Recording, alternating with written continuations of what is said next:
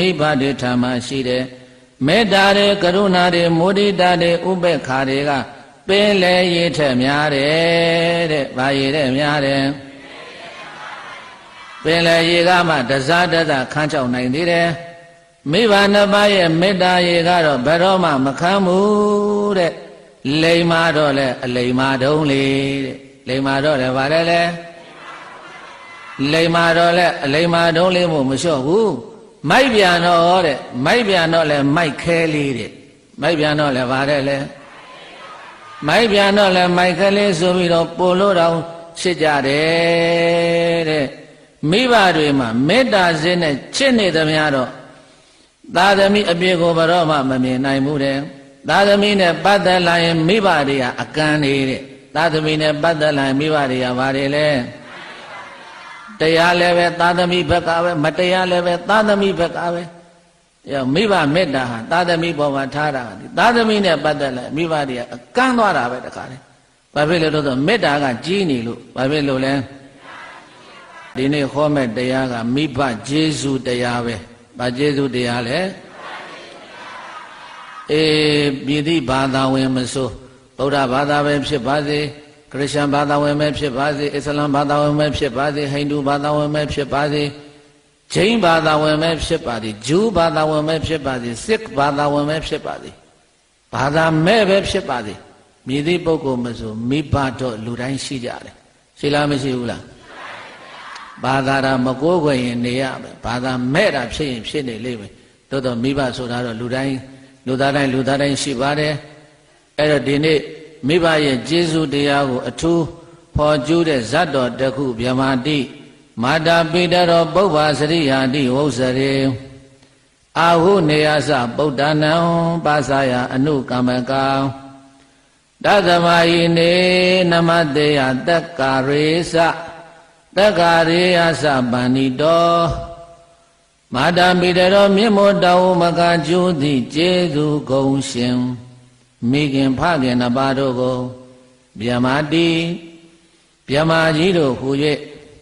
ဝါသာသမီတို့ပေါ်မှာ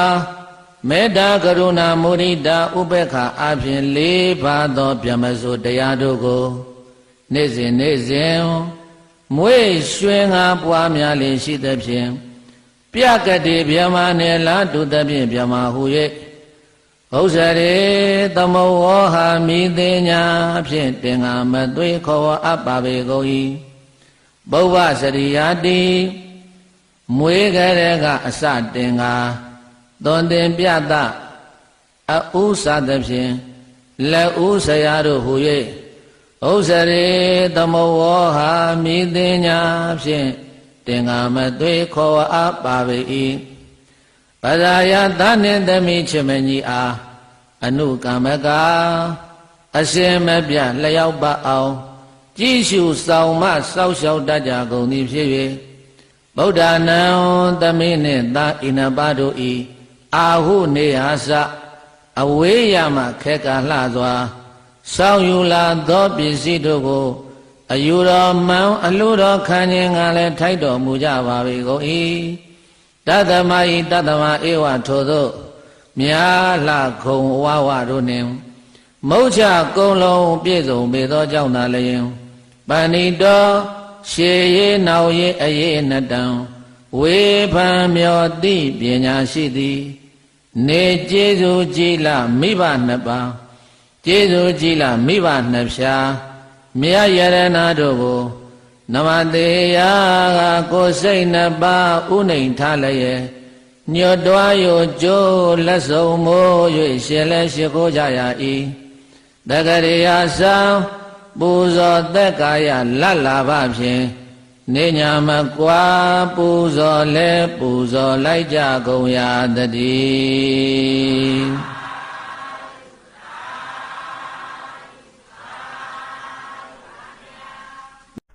ဓမ္မမိတ်ဆွေများအားလုံးပဲမင်္ဂလာပါဓမ္မတုဒ္ဒရှင်လည်းမှာအသိပညာဘုဒ္ဓတရားဝေဟာတရားတော်များကိုရှားပွေပြီးမျှဝေပေးခြင်းဖြစ်ပါတယ်မြတ်စွာဘုရားရှင်ကိုရောမြတ်ကအင်္ဂုတ္ထုပါဠိတော်ကြီးမှာမိဘတွေဆိုတာပရိသတ်တွေဟိုကောင်းငယ်မှာရှိနေတဲ့ဗြဟ္မာတွေနဲ့တူတယ်။ဘာနဲ့တူတယ်တဲ့လဲ လူဘုံရဲ့အထက်မှာနတ်ဘုံရှိတယ်နတ်ဘုံရဲ့အထက်မှာဗြဟ္မဘုံရှိတယ်အဲ့ဒီဗြဟ္မဘုံမှာနေတဲ့ဗြဟ္မဘုံ20တောင်ရှိတယ်ဗြဟ္မဘုံ20မှာနေတဲ့ဗြဟ္မကြီးတွေဟာလောကလူသားတွေရဲ့အပေါ်မှာမေတ္တာကရုဏာမုဒိတာဥပေက္ခလို့ခေါ်တဲ့ဗျမဝိဟာရတရား4ပါးဗျမဝိဟာရတရားဘယ်နှပါလဲအဲ့ဒီလိုဗျမကြီးတွေကတတ္တဝါတွေရဲ့ဘောမှာမေတ္တာကရုဏာမုဒိတာဗျမဝိဟာရတရား4ပါးလက်ကင်ထားသလိုမိဘတွေဟာလည်းပဲတဲ့ဗျမနဲ့မချဘူးတဲ့ဗျမဝိဟာရတရား4ပါးနဲ့နေလို့မိဘတွေကိုဗျမလို့ခေါ်တယ်ဘာလို့ခေါ်တယ်တဲ့မိဘတွေဟာသာသမီတွေနဲ့ပတ်သက်လာရင်အဲ့ဒီ4ပါးနည်းနည်းလေးမှမလျှော့ဘူးတဲ့သာသမီလေးမမွေးခင်ပိုက်ထဲမှာတဲ့ကသားလေးလားသမီးလေးလားနဲ့ပိုက်လေးစမ်းစမ်းပြီးတော့မေတ္တာကြီးနေလိုက်ကြတာဟာသားဥဆိုရင်တော့ဘာပြောကောင်းမလဲပိသားရေမေတ္တာစိုးနေလိုက်တာအယူအမူပဲတဲ့မွေးလာတော့ရပက်လက်ဆိုပက်လက်ကမောက်ရဲဆိုမောက်ရက်ကသားလေးသမီးလေးများထငိုကြရင်ခြေမဲကိုင်းမိလက်မဲကိုင်းမိနဲ့ကရုဏာတွေတတ်နေတာအရွယ်ရောက်လို့တီတီတာတာအရွယ်ရောက်လို့တီတီတာတာပြောတတ်တယ်လိမ္မာတယ်အကင်းပါမယ်ဆိုရင်တော့တပြုံးပြုံးနဲ့ဝမ်းသာမှုလို့ခေါ်တဲ့မုဒိတာပြုံးနေနဲ့အဖေရောအမေရောပိယတရေတပြုံးပြုံးနဲ့အဲ့ဒီနောက်ပညာတွေပြည့်စုံလို့ကိုယ်ခြေတော်ဘိုလ်ကိုရည်တည်ပြီးတော့ကိုယ်ဘဝကိုထူထောင်တော့မယ်ဆိုတော့ဟဲ့ငါသားပညာနဲ့စိတ်ချရပြီငါသားဆက်ဆံရေးနဲ့တိုးတက်နိုင်တယ်ငါသမီးအပြောဆိုနေတော့သူတို့မိသားစုတွေစီးပွားဖြစ်လောက်တဲ့ငါသမီးကလဲတယ်အဲ့ဒီလိုစိတ်ချလက်ချနဲ့ဥပက္ခပြုတ်ပြီးတော့ဘေးနာကနေပြီးတော့မြောက်စားနေတာကြတယ်တဲ့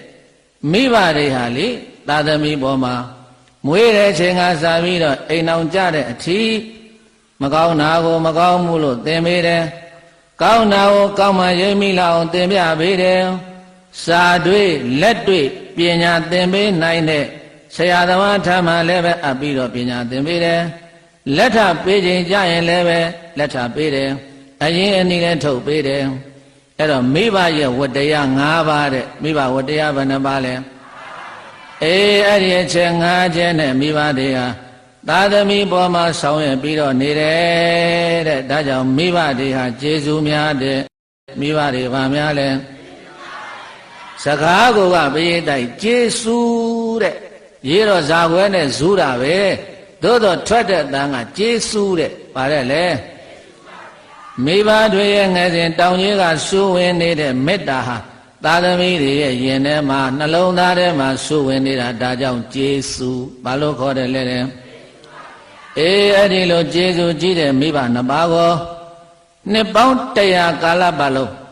ပခုံးဟာတင်ပြီးတော့လှုပ်ကြွေးပေးမယ်လို့ကျေးဇူးမကျေဘူးတဲ့ဘာဖြစ်လို့လဲဆိုရင်မိဘတွေထာမရှိတဲ့မေတ္တာတွေကရုဏာတွေမုဒိတာတွေဥပေက္ခတွေကပင်လေရည်ထက်များတယ်တဲ့ဘာရည်တဲ့များတယ်ပင်လေရည်ကမှတစားတစားခန်းချောက်နိုင်သေးတယ်မိဘနှစ်ပါးရဲ့မေတ္တာရည်ကတော့ဘယ်တော့မှမခံဘူးတဲ့လိမ္မာတော့လဲအလိမ္မာတုံးလေတဲ့လိမ္မာတော့လဲဗါလဲလေလိမ္မာတော့လဲအလိမ္မာတုံးလေးမို့မလျှော့ဘူးမိုက်ပြန်တော့တဲ့မိုက်ပြန်တော့လဲမိုက်ခဲလေးတဲ့မိုက်ပြန်တော့လဲဗါလဲလေမိုက်ပြန်တော့လဲမိုက်ကလေးဆိုပြီးတော့ပို့လို့တော့ချစ်ကြတယ်တဲ့မိဘတွေမှာမေတ္တာစိတ်နဲ့ချစ်နေသမျှတော့သာသမီအပြည့်ကိုဘယ်တော့မှမမြင်နိုင်ဘူးတဲ့သာသမီနဲ့ပတ်သက်လာရင်မိဘတွေကအကန့်နေတဲ့သာသမီနဲ့ပတ်သက်လာရင်မိဘတွေကဘာတွေလဲတရားလည်းပဲသာသမီဘက်ကပဲမတရားလည်းပဲသာသမီဘက်ကပဲ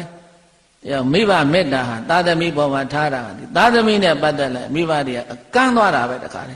ဘာဖြစ်လို့လဲဆိုမေတ္တာကကြီးနေလို့ဘာဖြစ်လို့လဲအဲ့ဒီလိုကျေးဇူးကြီးမားတဲ့မိဘများကိုသာသမီဝတ္တရားများနဲ့ပြုစုလုပ်ပေးပြီးတဲ့အခါတဲ့သရမရှိသေးတဲ့မိဘကိုသရတရားဖြစ်ပေါ်လာသေးဖို့လို့သီလတရားမရှိတဲ့မိဘကိုသီလတရားဖြစ်ပေါ်လာသေးဖို့လို့နှုတ်စောတိုက်တွန်း ကိုကြီးဆောင်ရွက်ပေးရတယ်တဲ့ကျေးဇူးတရားကိုကျေးဇူးများတာနဲ့ဆက်မှကျေးဇူးကြည်တယ်တဲ့ဒီစကားလေးသေချာမှတ်ပါမိဘတွေသာသမီပေါ်မှာတင်နေတဲ့ကျေးဇူးတရားကိုဘိသတ်တွေကျေးဇူးများတာနဲ့ဆက်မှကျေးဇူးကြည်တယ်ဗာများတာနဲ့ဆက်မှကျေးဇူးများတာနဲ့ဆက်မှကျေးဇူးကြည်တယ်အဲ့တော့ဒီနေရာမှာသာသမီရဲ့ဝတ္တရားကဘာလဲတဲ့ကျွေးမွေးမပြည့်ဆောင်ရဲ့စီမံမွေခံထိုက်စေလူများဝေ၍စောင်းလေမျိုးနဲ့ဝင်ကားသွဲကျင့်ဝဲသားတို့တာကျင့်ဝဲသမီးတို့တာ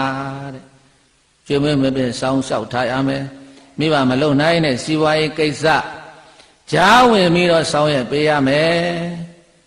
အဲ့ဒီလိုဆောင်ရွက်ရင်းနဲ့ကိုရှာလို့စီဝါတွေဖြစ်လာပြီဆိုရင်ဓဏမှာမဝင်စေနဲ့တဲ့ဘာမဝင်စေနဲ့တဲ့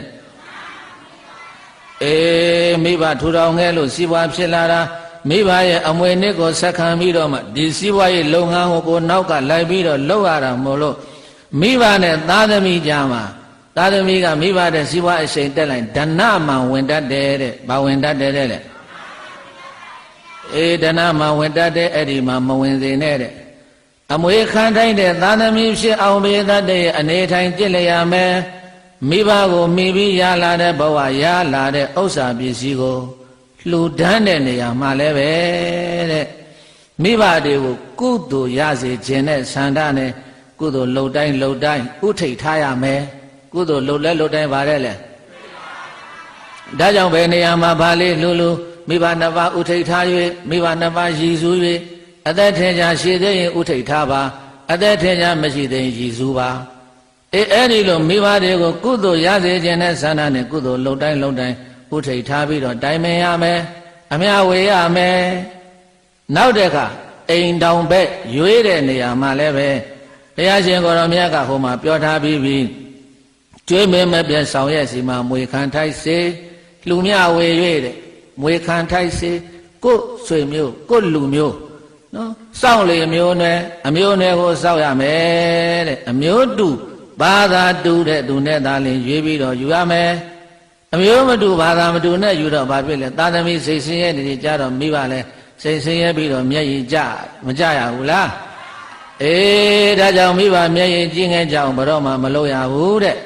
မိဘမျက်ရည်တစ်ပေါက်ကျသွားတာဟာလေရေနွေးအိုးတအိုးလောင်းချခံရတာတဲ့ပို့ပြီးတော့ပူပြင်းတယ်ဥပမာဘာနဲ့ပေတာတော့ဆိုရင်တော်တလင်းလာမှာထွက်တဲ့နေတဲ့ဘယ်လာမှာထွက်တဲ့နေတော်တလင်းလာမှာထွက်တဲ့နေဗမာစကားရှိတယ်ပရိသတ်ရေတော်တလင်းနေပဇွန်သေးတဲ့ဗါတဲ့လေတော်တလင်းလာမှာထွက်တဲ့နေကဘာဖြစ်လို့တခြားလာမှာထွက်တဲ့နေတဲ့ပို့ပြီးတော့ပူပြင်းတာလဲဆိုရင်တဲ့အပူနဲ့အေးတဲ့ဘာနဲ့လဲစမ်းကျင်မဲ့တိုက်ခိုက်ပြီးတော့မှထွက်လာရတာတော်တလင်းလားဆိုတာဝါတွင်းကြီးတော်တလင်းလားဆိုတာဗါတဲ့လေဝါတွင်းဆိုတော့ကောင်းငင်မှာမိုးသားမိုးတိမ်မိုးရိပ်တွေမရှိဘူးလားအဲ့ဒါကအေးဓာတ်နေကအပူဓာတ်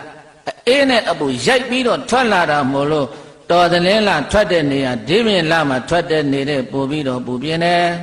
မိဘတို့ရဲ့မျက်ရည်ဟာလည်းပဲပြေတတ်တယ်မေတ္တာကရုဏာမုဒိတာဥပက္ခဆိုတဲ့ဗျမစိတ်ကြားကနေပြီးတော့ထွက်လာရတဲ့မျက်ရည်မို့လို့ရေနွေးတအိုးပူတာကအပေါ်ယံအရေပြားကိုပဲလောင်းတယ်ရေနွေးတအိုးပူတာကအပေါ်ယံအရေပြားကိုပဲလောင်းတယ်မိဘတို့ရဲ့မေတ္တာစိန်ရည်တဲ့တင်စားထားတဲ့စကားလေးသေချာနားထောင်ပြေတတ်ရဲ့မိဘရဲ့မေတ္တာစိန်ရည်တဲ့ဗါတဲ့လေမိဘရဲ့မေတ္တာစိတ်သိရင်တော့အဲ့ဒီသာသမီဘဝတစ်လျှောက်လုံးပစ္စည်းဥစ္စာပြည့်စုံပေမဲ့လို့စိတ်မချမ်းသာဘူးတဲ့ပစ္စည်းဥစ္စာပြည့်စုံပေမဲ့လို့စိတ်ချမ်းသာတဲ့လား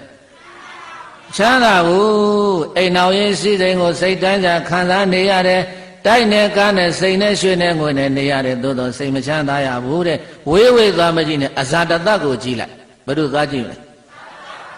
အဇာတတကြည့်လိုက်အဖေကိုတတ်ပြီးတဲ့ကဘယ်မှာစိတ်ချမ်းသာလဲညဆို12နာရီတစ်ချက်အိတ်မပြောဘူးအဖေသာပြီးတဲ့နောက်ဟိုးမိဖုရားကြီးတို့အိတ်နေကုန်ပြီသားတော်ဥရိယဘာဒမင်းသားတို့အိတ်နေကုန်ပြီဘုရားမတ်တော်တွေအကုန်လုံးအိတ်သူအိတ်မပြောဘူး 9ဆောင်တိုက်ခံအပေါ်ဆုံးတက်ပြီးတော့ဗရင်မှာဝဲလာသာနဲ့မျက်ရည်တွေကြအဘိမိတရာမင်းကြီးကိုလွန်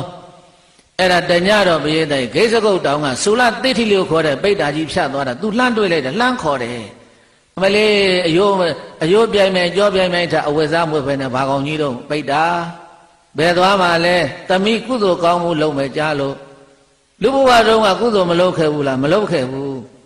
ရှိတဲ့ပစ္စည်းတွေသားတဲ့သမီးတွေအမွေပေးပြီးတော့ဘာကုသိုလ်မှမလုပ်ဘူးသေတော့ပိဋ္ဌာဖြစ်နေတာအဲ့ဒါသမီးကြီးကတန်ခါပင်ပြီးတော့ဆွတ်ကမယ်တဲ့ရင်ကြားလို့အဲ့ဒါသမီးလှုပ်တဲ့ကုသိုလ်သာဓုခေါ်မလို့သွားမလို့ဆိုပြီးတော့အဲ့ဒါဘုန်းကြီးတို့ပေတဝလိတော်ကြီးမှာရှိတယ်သုလတိဋ္ဌိပိဋ္ဌာအဇာတတကိုယ်တိုင်တွေ့လိုက်ရတာအဲ့ဒါည7နာရီခွဲတနာရီလောက်အိတ်မပြောတော့အဇာတတဘုံ9ဆင့်အထက်ဆုံးတက်ပြီးတော့လေသာပြရဖွင့်ပြီးတော့အဲ့ဒါပိဋ္ဌာနဲ့စကားပြောကန်းရှိတယ်အဲ့တော့မိဘတွေစိတ်မချမ်းသာအောင်မိဘကိုအမျိုးမျိုးဒုက္ခပေးတဲ့သာသမီဟာရွှေထီးရွှေနန်းရွှေကြံငန်းနဲ့ဘယ်လိုပဲနေရပါတော့လဲပဲအဇာတတဟာတနေ့မှစိတ်မချမ်းသာဘူးဒါကြောင့်မိဘတွေကိုမပြစ်ပယ်နဲ့တဲ့မိဘကိုပြစ်ပယ်ထားရင်တပ်ပစ်တာနဲ့အတူတူပဲတဲ့မိဘဆိုတာပရိသတ်ကြီးအုံမဲမစွမ်းရှိတော့အလုံးမလုံးနိုင်ဘူးလုံးနိုင်သလားစီဝါရေးလည်းမရှာနိုင်စားဝတ်နေလည်းမပြည့်စုံကျမ်းမာရေးစောင့်ရှောက်မှုလေးကိုမှသာသမီထံကမရရင်ယောဂဖြစ်စီအငတ်ငါပြပြနဲ့နေရမယ်ယောဂဖြစ်စီပြီးတော့အငတ်ငါပြပြနဲ့နေရမှာတတန်းတိုင်းမနေရဘဲနဲ့မြန်သေးသွားရင်ဘဒုတတ္တလဲတဲ့ပြန်ပြီးတော့စဉ်းစားပါဒီသာသမီတွေတတ္တနဲ့အတူတူပဲဖြစ်သွားမယ်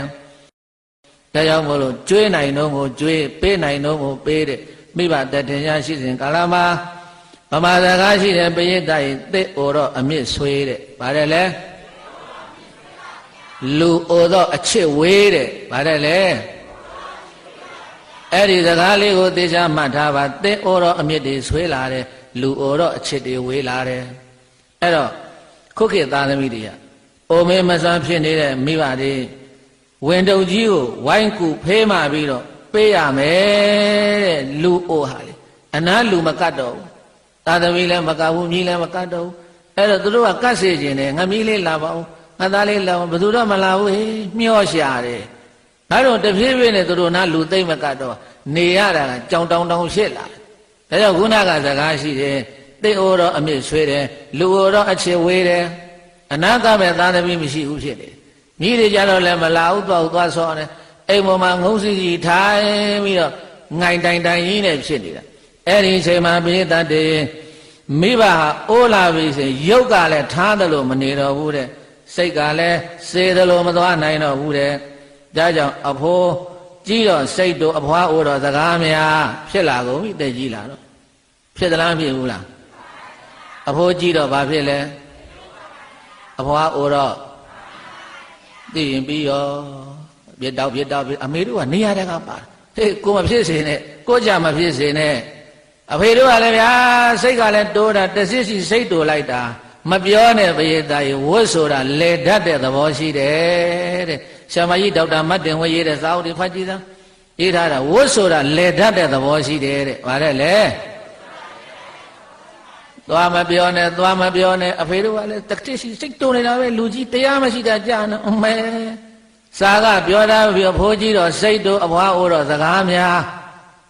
အမေတို့ကနေရာတကာတိုင်းပါတယ်နေရာပြစ်တော့ပြစ်အမေမပြောနဲ့ကိုကြလာလိမ့်မယ်ဘုရားသားကြီးအသားသွေးတွေကလည်းခန်းချောက်ပြီးတော့တစ်ပင်အိုကြီးလေတိုက်ပြီးတော့လှဲနေသလိုစိတ်ကထားမယ်ဆိုရုပ်ကထားလို့မရအဲ့ဒီချိန်မျိုးမှာပိဋကတ်တွေဖေးမှကူပေးမယ်သာသမီလိုသလားမလိုဘူးလားအေးဒါကြောင့်မို့လို့ကျွေးမွေးမပြည့်ဆောင်ရဲ့စီမံဆိုတာသာသမီတွေရဲ့ကျင့်ဝတ်ထဲမှာမြတ်စွာဘုရားဟောသလားမဟောဘူးလားအေးကိုငယ်ကမထနိုင်တော့အမေကဆွဲထူတယ်လဲမှာကြောက်လို့အမေလက်ညှိုးကိုလက်နဲ့ကြစ်ပါအောင်ဆုပ်ပြီးတော့အဖေအမေကိုကြီးနဲ့လမ်းလျှောက်ခဲ့တာမှတ်မိသေးရဲ့လားတဲ့ဟိုမှာအဖေမထနိုင်ဘူးအမေမထနိုင်ဒီတိုင်းကြည့်နေပြီသူကသူထိုင်တာမထိုင်နေမလောက်ပါဘူးကိုငယ်ကတော့ငါထမယ်ဆိုအမေလက်အဖေလက်ညှိုးကိုကြစ်ပါအောင်ဆုပ်ထားတာဆုပ်ထားလားမဆုပ်ထားဘူးလားအေးအဲ့ဒါကြောင့်မို့လို့ဘုန်းကြီးတို့ပြေတာပေါင်းတော်တော်ကောင်းတို့မြတ်စွာဘုရားရှင်ကိုတော်မြတ်ကဒီမှာမိဘကျေးဇူးကိုဟ ဟောရတာအင်္ဂုတ္ထုပါဠိတော်မှာဟောဇတ်တော်တွေမှာအများကြီးရှိတယ်အများကြီးရှိတယ်နောက်တစ်ခုပရိသတ်တွေမှတ်ထားပါ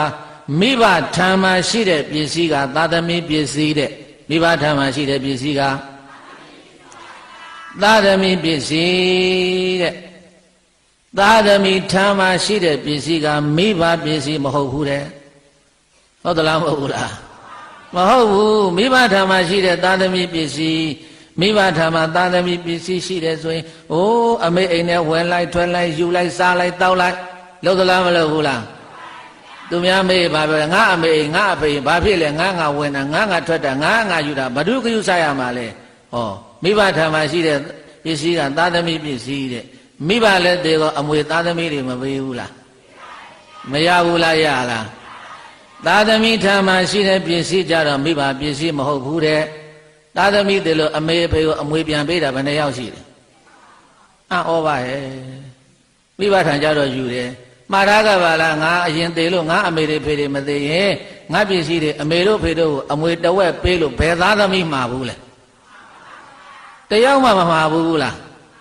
ဩမှာဖို့ကောင်းတယ်နော်မိဘပစ္စည်းကြတော့သူတော်မှာငါပစ္စည်းငါတို့ပစ္စည်းငါမိဘအမွေဆိုင်တယ်မိဘ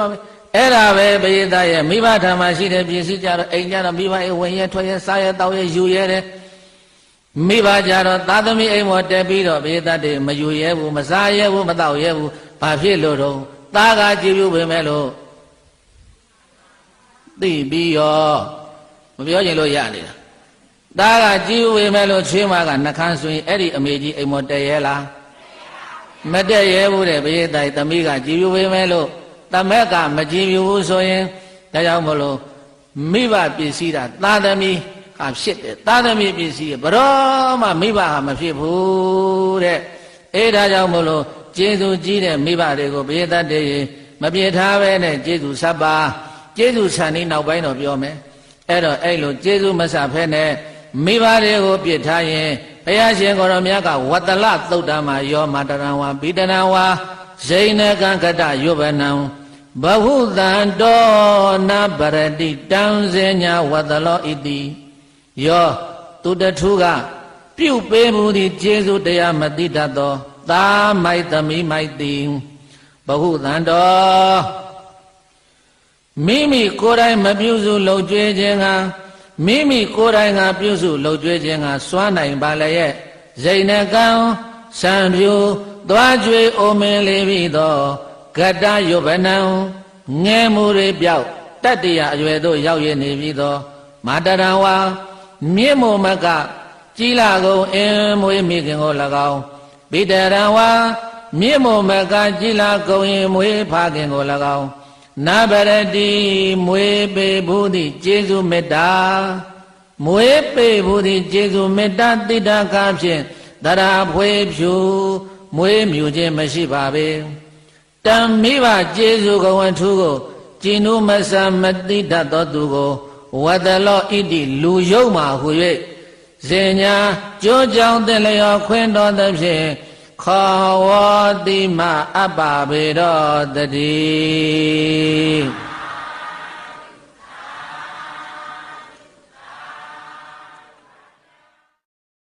အေမိဘတွေပေါ်မှာကျွေးမွေးစောက်ရှောက်နိုင်ရတဲ့နဲ့မကျွေးမစောက်ရှောက်ဘဲနဲ့ပြစ်ထားတဲ့သာသမီတွေကိုပေးတဲ့လူယုံမှလို့ခေါ်တယ်။ဘာလို့ခေါ်တယ်လဲ။အေဝတ္တလသုတ်တံမှာမြတ်စွာဘုရားကလည်းအဲ့ဒါဟောတာပြီးတယ်အဲ့ဒါလူယုံမှာပဲတဲ့။သူကသူနိုင်ငံတော်မှာဘာပြီးဖြစ်နေဘယင်ပဲဖြစ်နေမိဖုရားကြီးပဲဖြစ်နေဖြစ်ရှင်တာဖြစ်တိုင်းပြည်အုပ်ချုပ်မင်းလုံးတဲ့ပုဂ္ဂိုလ်ပင်ဖြစ်ပါသည်။မိဘတွေကိုကျွေးမွေးစောက်ရှောက်မှုမလုပ်ဘဲနဲ့ပြစ်ထားရင်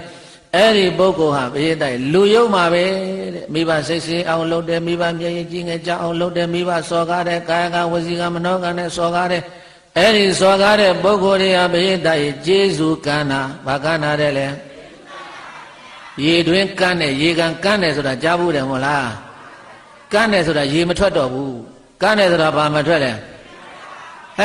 ဒီရွေရင်းကြီးကမ်းသွားပြီဒီရွေရင်းကြီးခမ်းသွားပြီအဲ့ဒါရေမထွက်တော့ဘူးတဲ့ထိုနည်းတူသာပဲပရိသတ်တွေမိဘတွေကျေးဇူးရှိတဲ့မိဘနှစ်ပါးပေါ်မှာကျေးဇူးကမ်းပြီးတော့မိဘတွေမျက်ရည်ကြအောင်စော်ကားရင် ဓာန်10ပါးသင်မယ်တဲ့ဓာန်ဘယ်နှပါလဲ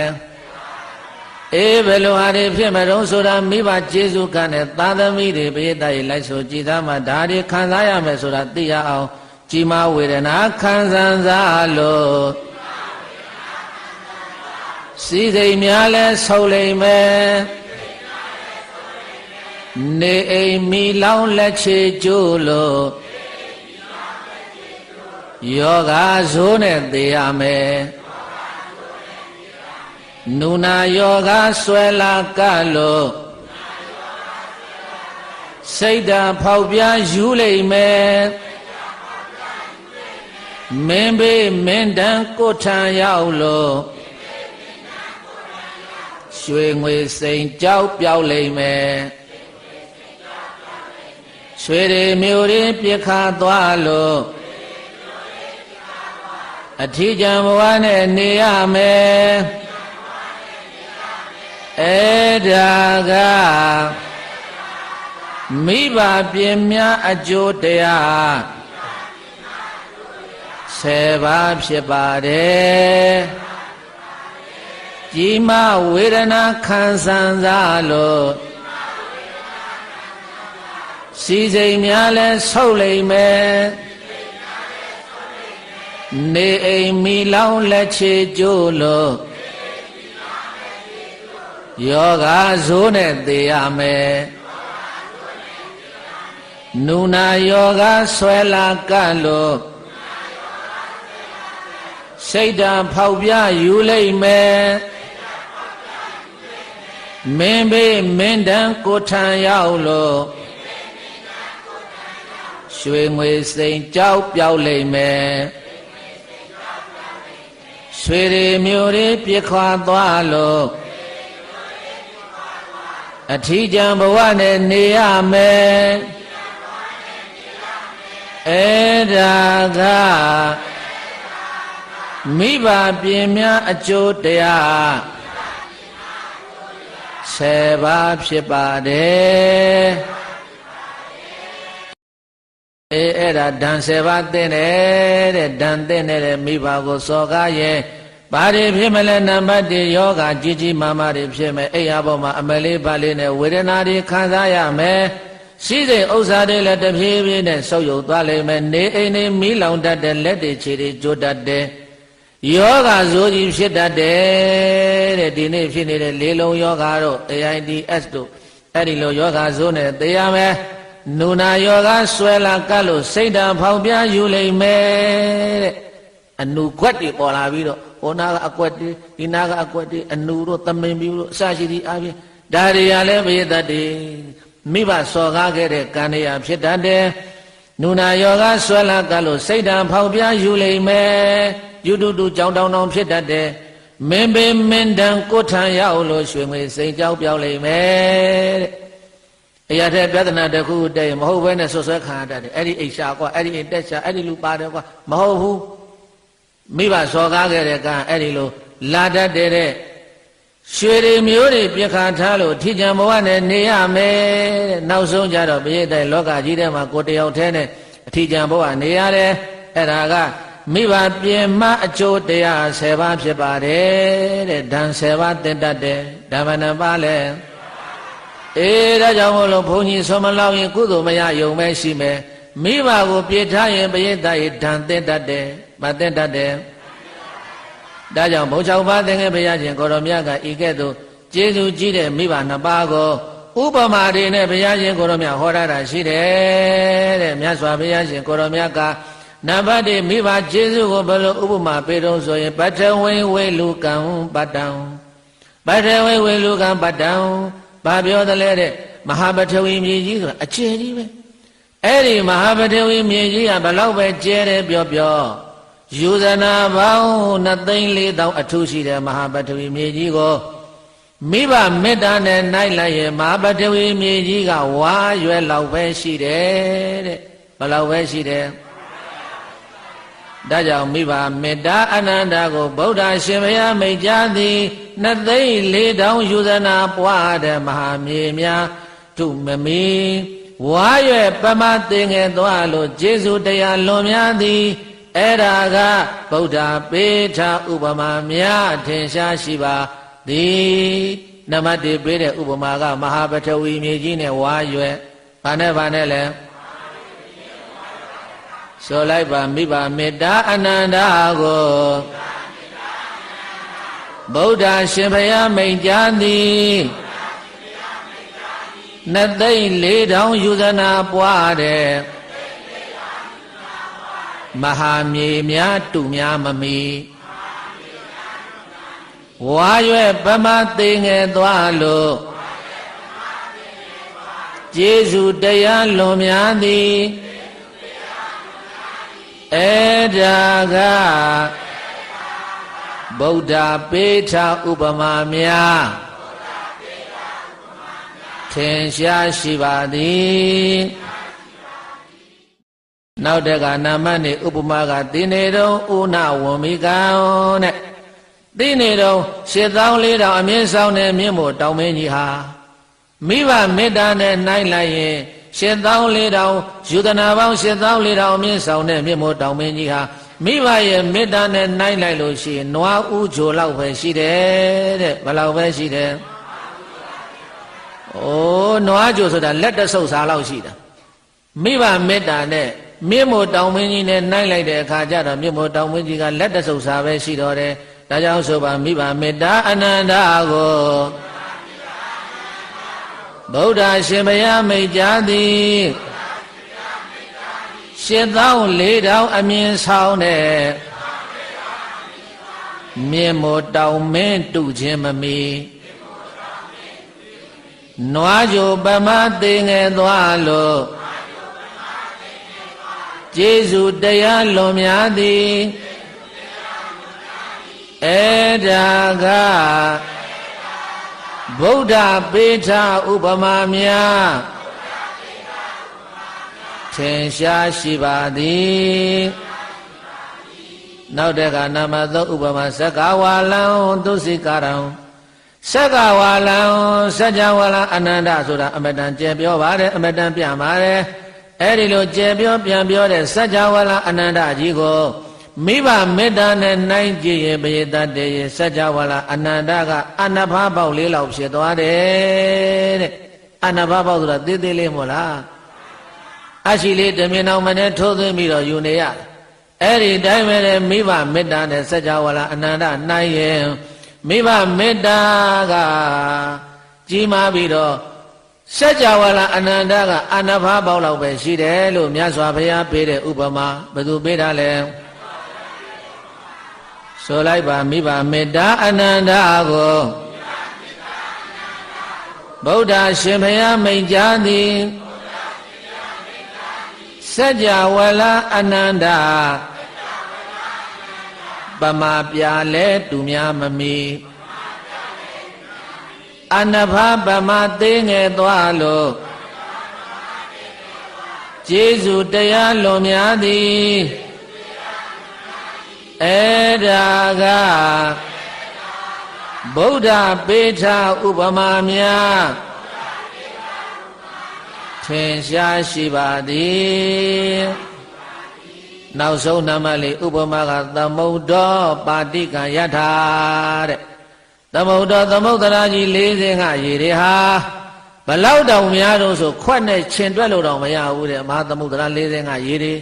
အဲ့ဒီလောက်45ရေတွေတဲ့များတဲ့ရေတွေနဲ့မိဘမေတ္တာနဲ့နိုင်ရှင်ကြည့်မယ်ဆိုရင်သမုဒ္ဒရာတွေကရေတွေကပရိသတ်တွေမိုးဆက်ပေါက်ကလေးလောက်ပဲရှိတော့တယ်တဲ့မိဘမေတ္တာကပိုကြီးတယ်တဲ့ဘယ်လိုမေတ္တာကပိုကြီးတယ်ဒါကြောင့်ဆိုလိုက်ပါမိဘမေတ္တာအနန္တကိုဗုဒ္ဓရှင်ဘုရားမိန့်ကြားသည်လေးစဉ်သမုဒ္ဒရာရေတွေများလဲပမာတင်စားတူများမမီရေပေါက်ပမာသိငယ်သွားလို့ကျေးဇူးတရားလွန်များသည်အဲ့ဒါကဗုဒ္ဓပေထဥပမာများထင်ရှားရှိပါသည်အဲ့ဒီလိုကျေးဇူးများတဲ့မိဘနှစ်ပါးကိုဧကေနဘိက္ခွေအံသေနမာတရံ ပရိဟရေယဧကေနအန္တေနပိတရံပရိဟရေယဝတ္တတတ္တယုကောဝတ္တတတ္တဇီဝေတဲ့ကျေးဇူးများတဲ့မိဘနှစ်ပါးကိုဘယ်ဘက်ပခုံးညာဘက်ပခုံးမောတင်းလို့ဒီပေါ်မှာပဲထမင်းစာဒီပေါ်မှာရေချိုးဒီပေါ်မှာကျင်းချင်းကျင်းငယ်စောအနှစ်တရာပတ်လုံးအမေနဲ့အဖေကိုဘယ်ဘက်ပခုံးညာဘက်ပခုံးမှာတင်ပြီးတော့ပြုစုလှုပ်ကြွေးပါတော့လည်းပဲဘုရင်သားကြီးကျေးဇူးမကြည်ဘူးတဲ့မိကိုညာကဖကိုလက်ဝဲကင်ဆွဲချီလျက်ပခုံးထက်ဝဲအသက်ဆုံးအောင်မြန်နိုးဆောင်လျက်အခေါင်အဖျားလှုပ်ကြွေးညာလဲအခေါင်အဖျားလှုပ်ကြွေးညာလဲမွေးဖွာပိုင်ကျူရှေ့တင်မှုသည်ကျေးဇူးလည်းပြိုင်မဆနိုင်ခဲ့အဲ့ဒီလိုနီးနဲ့လဲဆက်လို့မိဘကျေးဇူးမကြည်တန်ခိတာဟေတုမိကွန်းထုတ်ထားတယ်ဘာဖြစ်လို့တာမန်ဆက်ယုံနဲ့မကြည်တာတော့ဆိုရင်ဘဟုပကာရံဘိခဝေမာတာပိတရောဗုဒ္ဓနာအဘာဒကပောဒကဣမတလောကတာဓတ္တိတာရောဘေကဝေယဟန်တော်များဥစ္စေနာတို့မာတာပိတရောမိခင်ဖခင်တို့သည်ဗုဒ္ဓနာသာသမီတို့အပေါ်မှာဘဟုပကာရံကျေးဇူးများပါဘေကုန်၏အဘာဒကအရေးပင်၍ကျွေးမွေးတတ်ကြပါဘေကုန်၏ပောဒက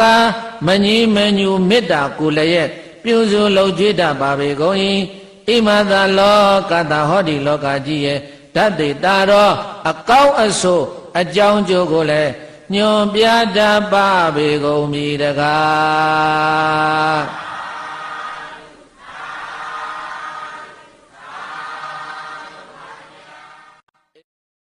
အဲ့ဒီလိုကျေးဇူးကြီးတဲ့မိဘတွေကိုပေးတတ်တယ်ကျေးဇူးဆက်ခြင်းနဲ့ဆိုရင်တဲ့ကျေးဇူးဆက်နည်း၄နည်းပြောပါတယ်ကျေးဇူးဆက်နည်းဘယ်နဲ့နည်းလဲဒီပင်နီးတွေနဲ့ကြိုက်တယ်လို့စမကြည်ဘူးတဲ့ဒီနီးလေးနီးနဲ့စမှကျေးဇူးတရားကြည်တယ်တဲ့အဲ့ဒီနီးတွေကဘာလို့ဆိုရေရောစာကောဘိက္ခေမတာပိတရောအတ္တတေတတ္တသမ္ပဒါယသမာတပေတိနိဝေတိတိပရိဋ္ဌာပေတိဒုသီလေသီလသမ္ပဒါယမစ္စရိယသာကသမ္ပဒါယဒုပင်ညေပညာသမ္ပဒါယသမာတပေတိနိဝေတိတိပရိဋ္ဌာပေတိ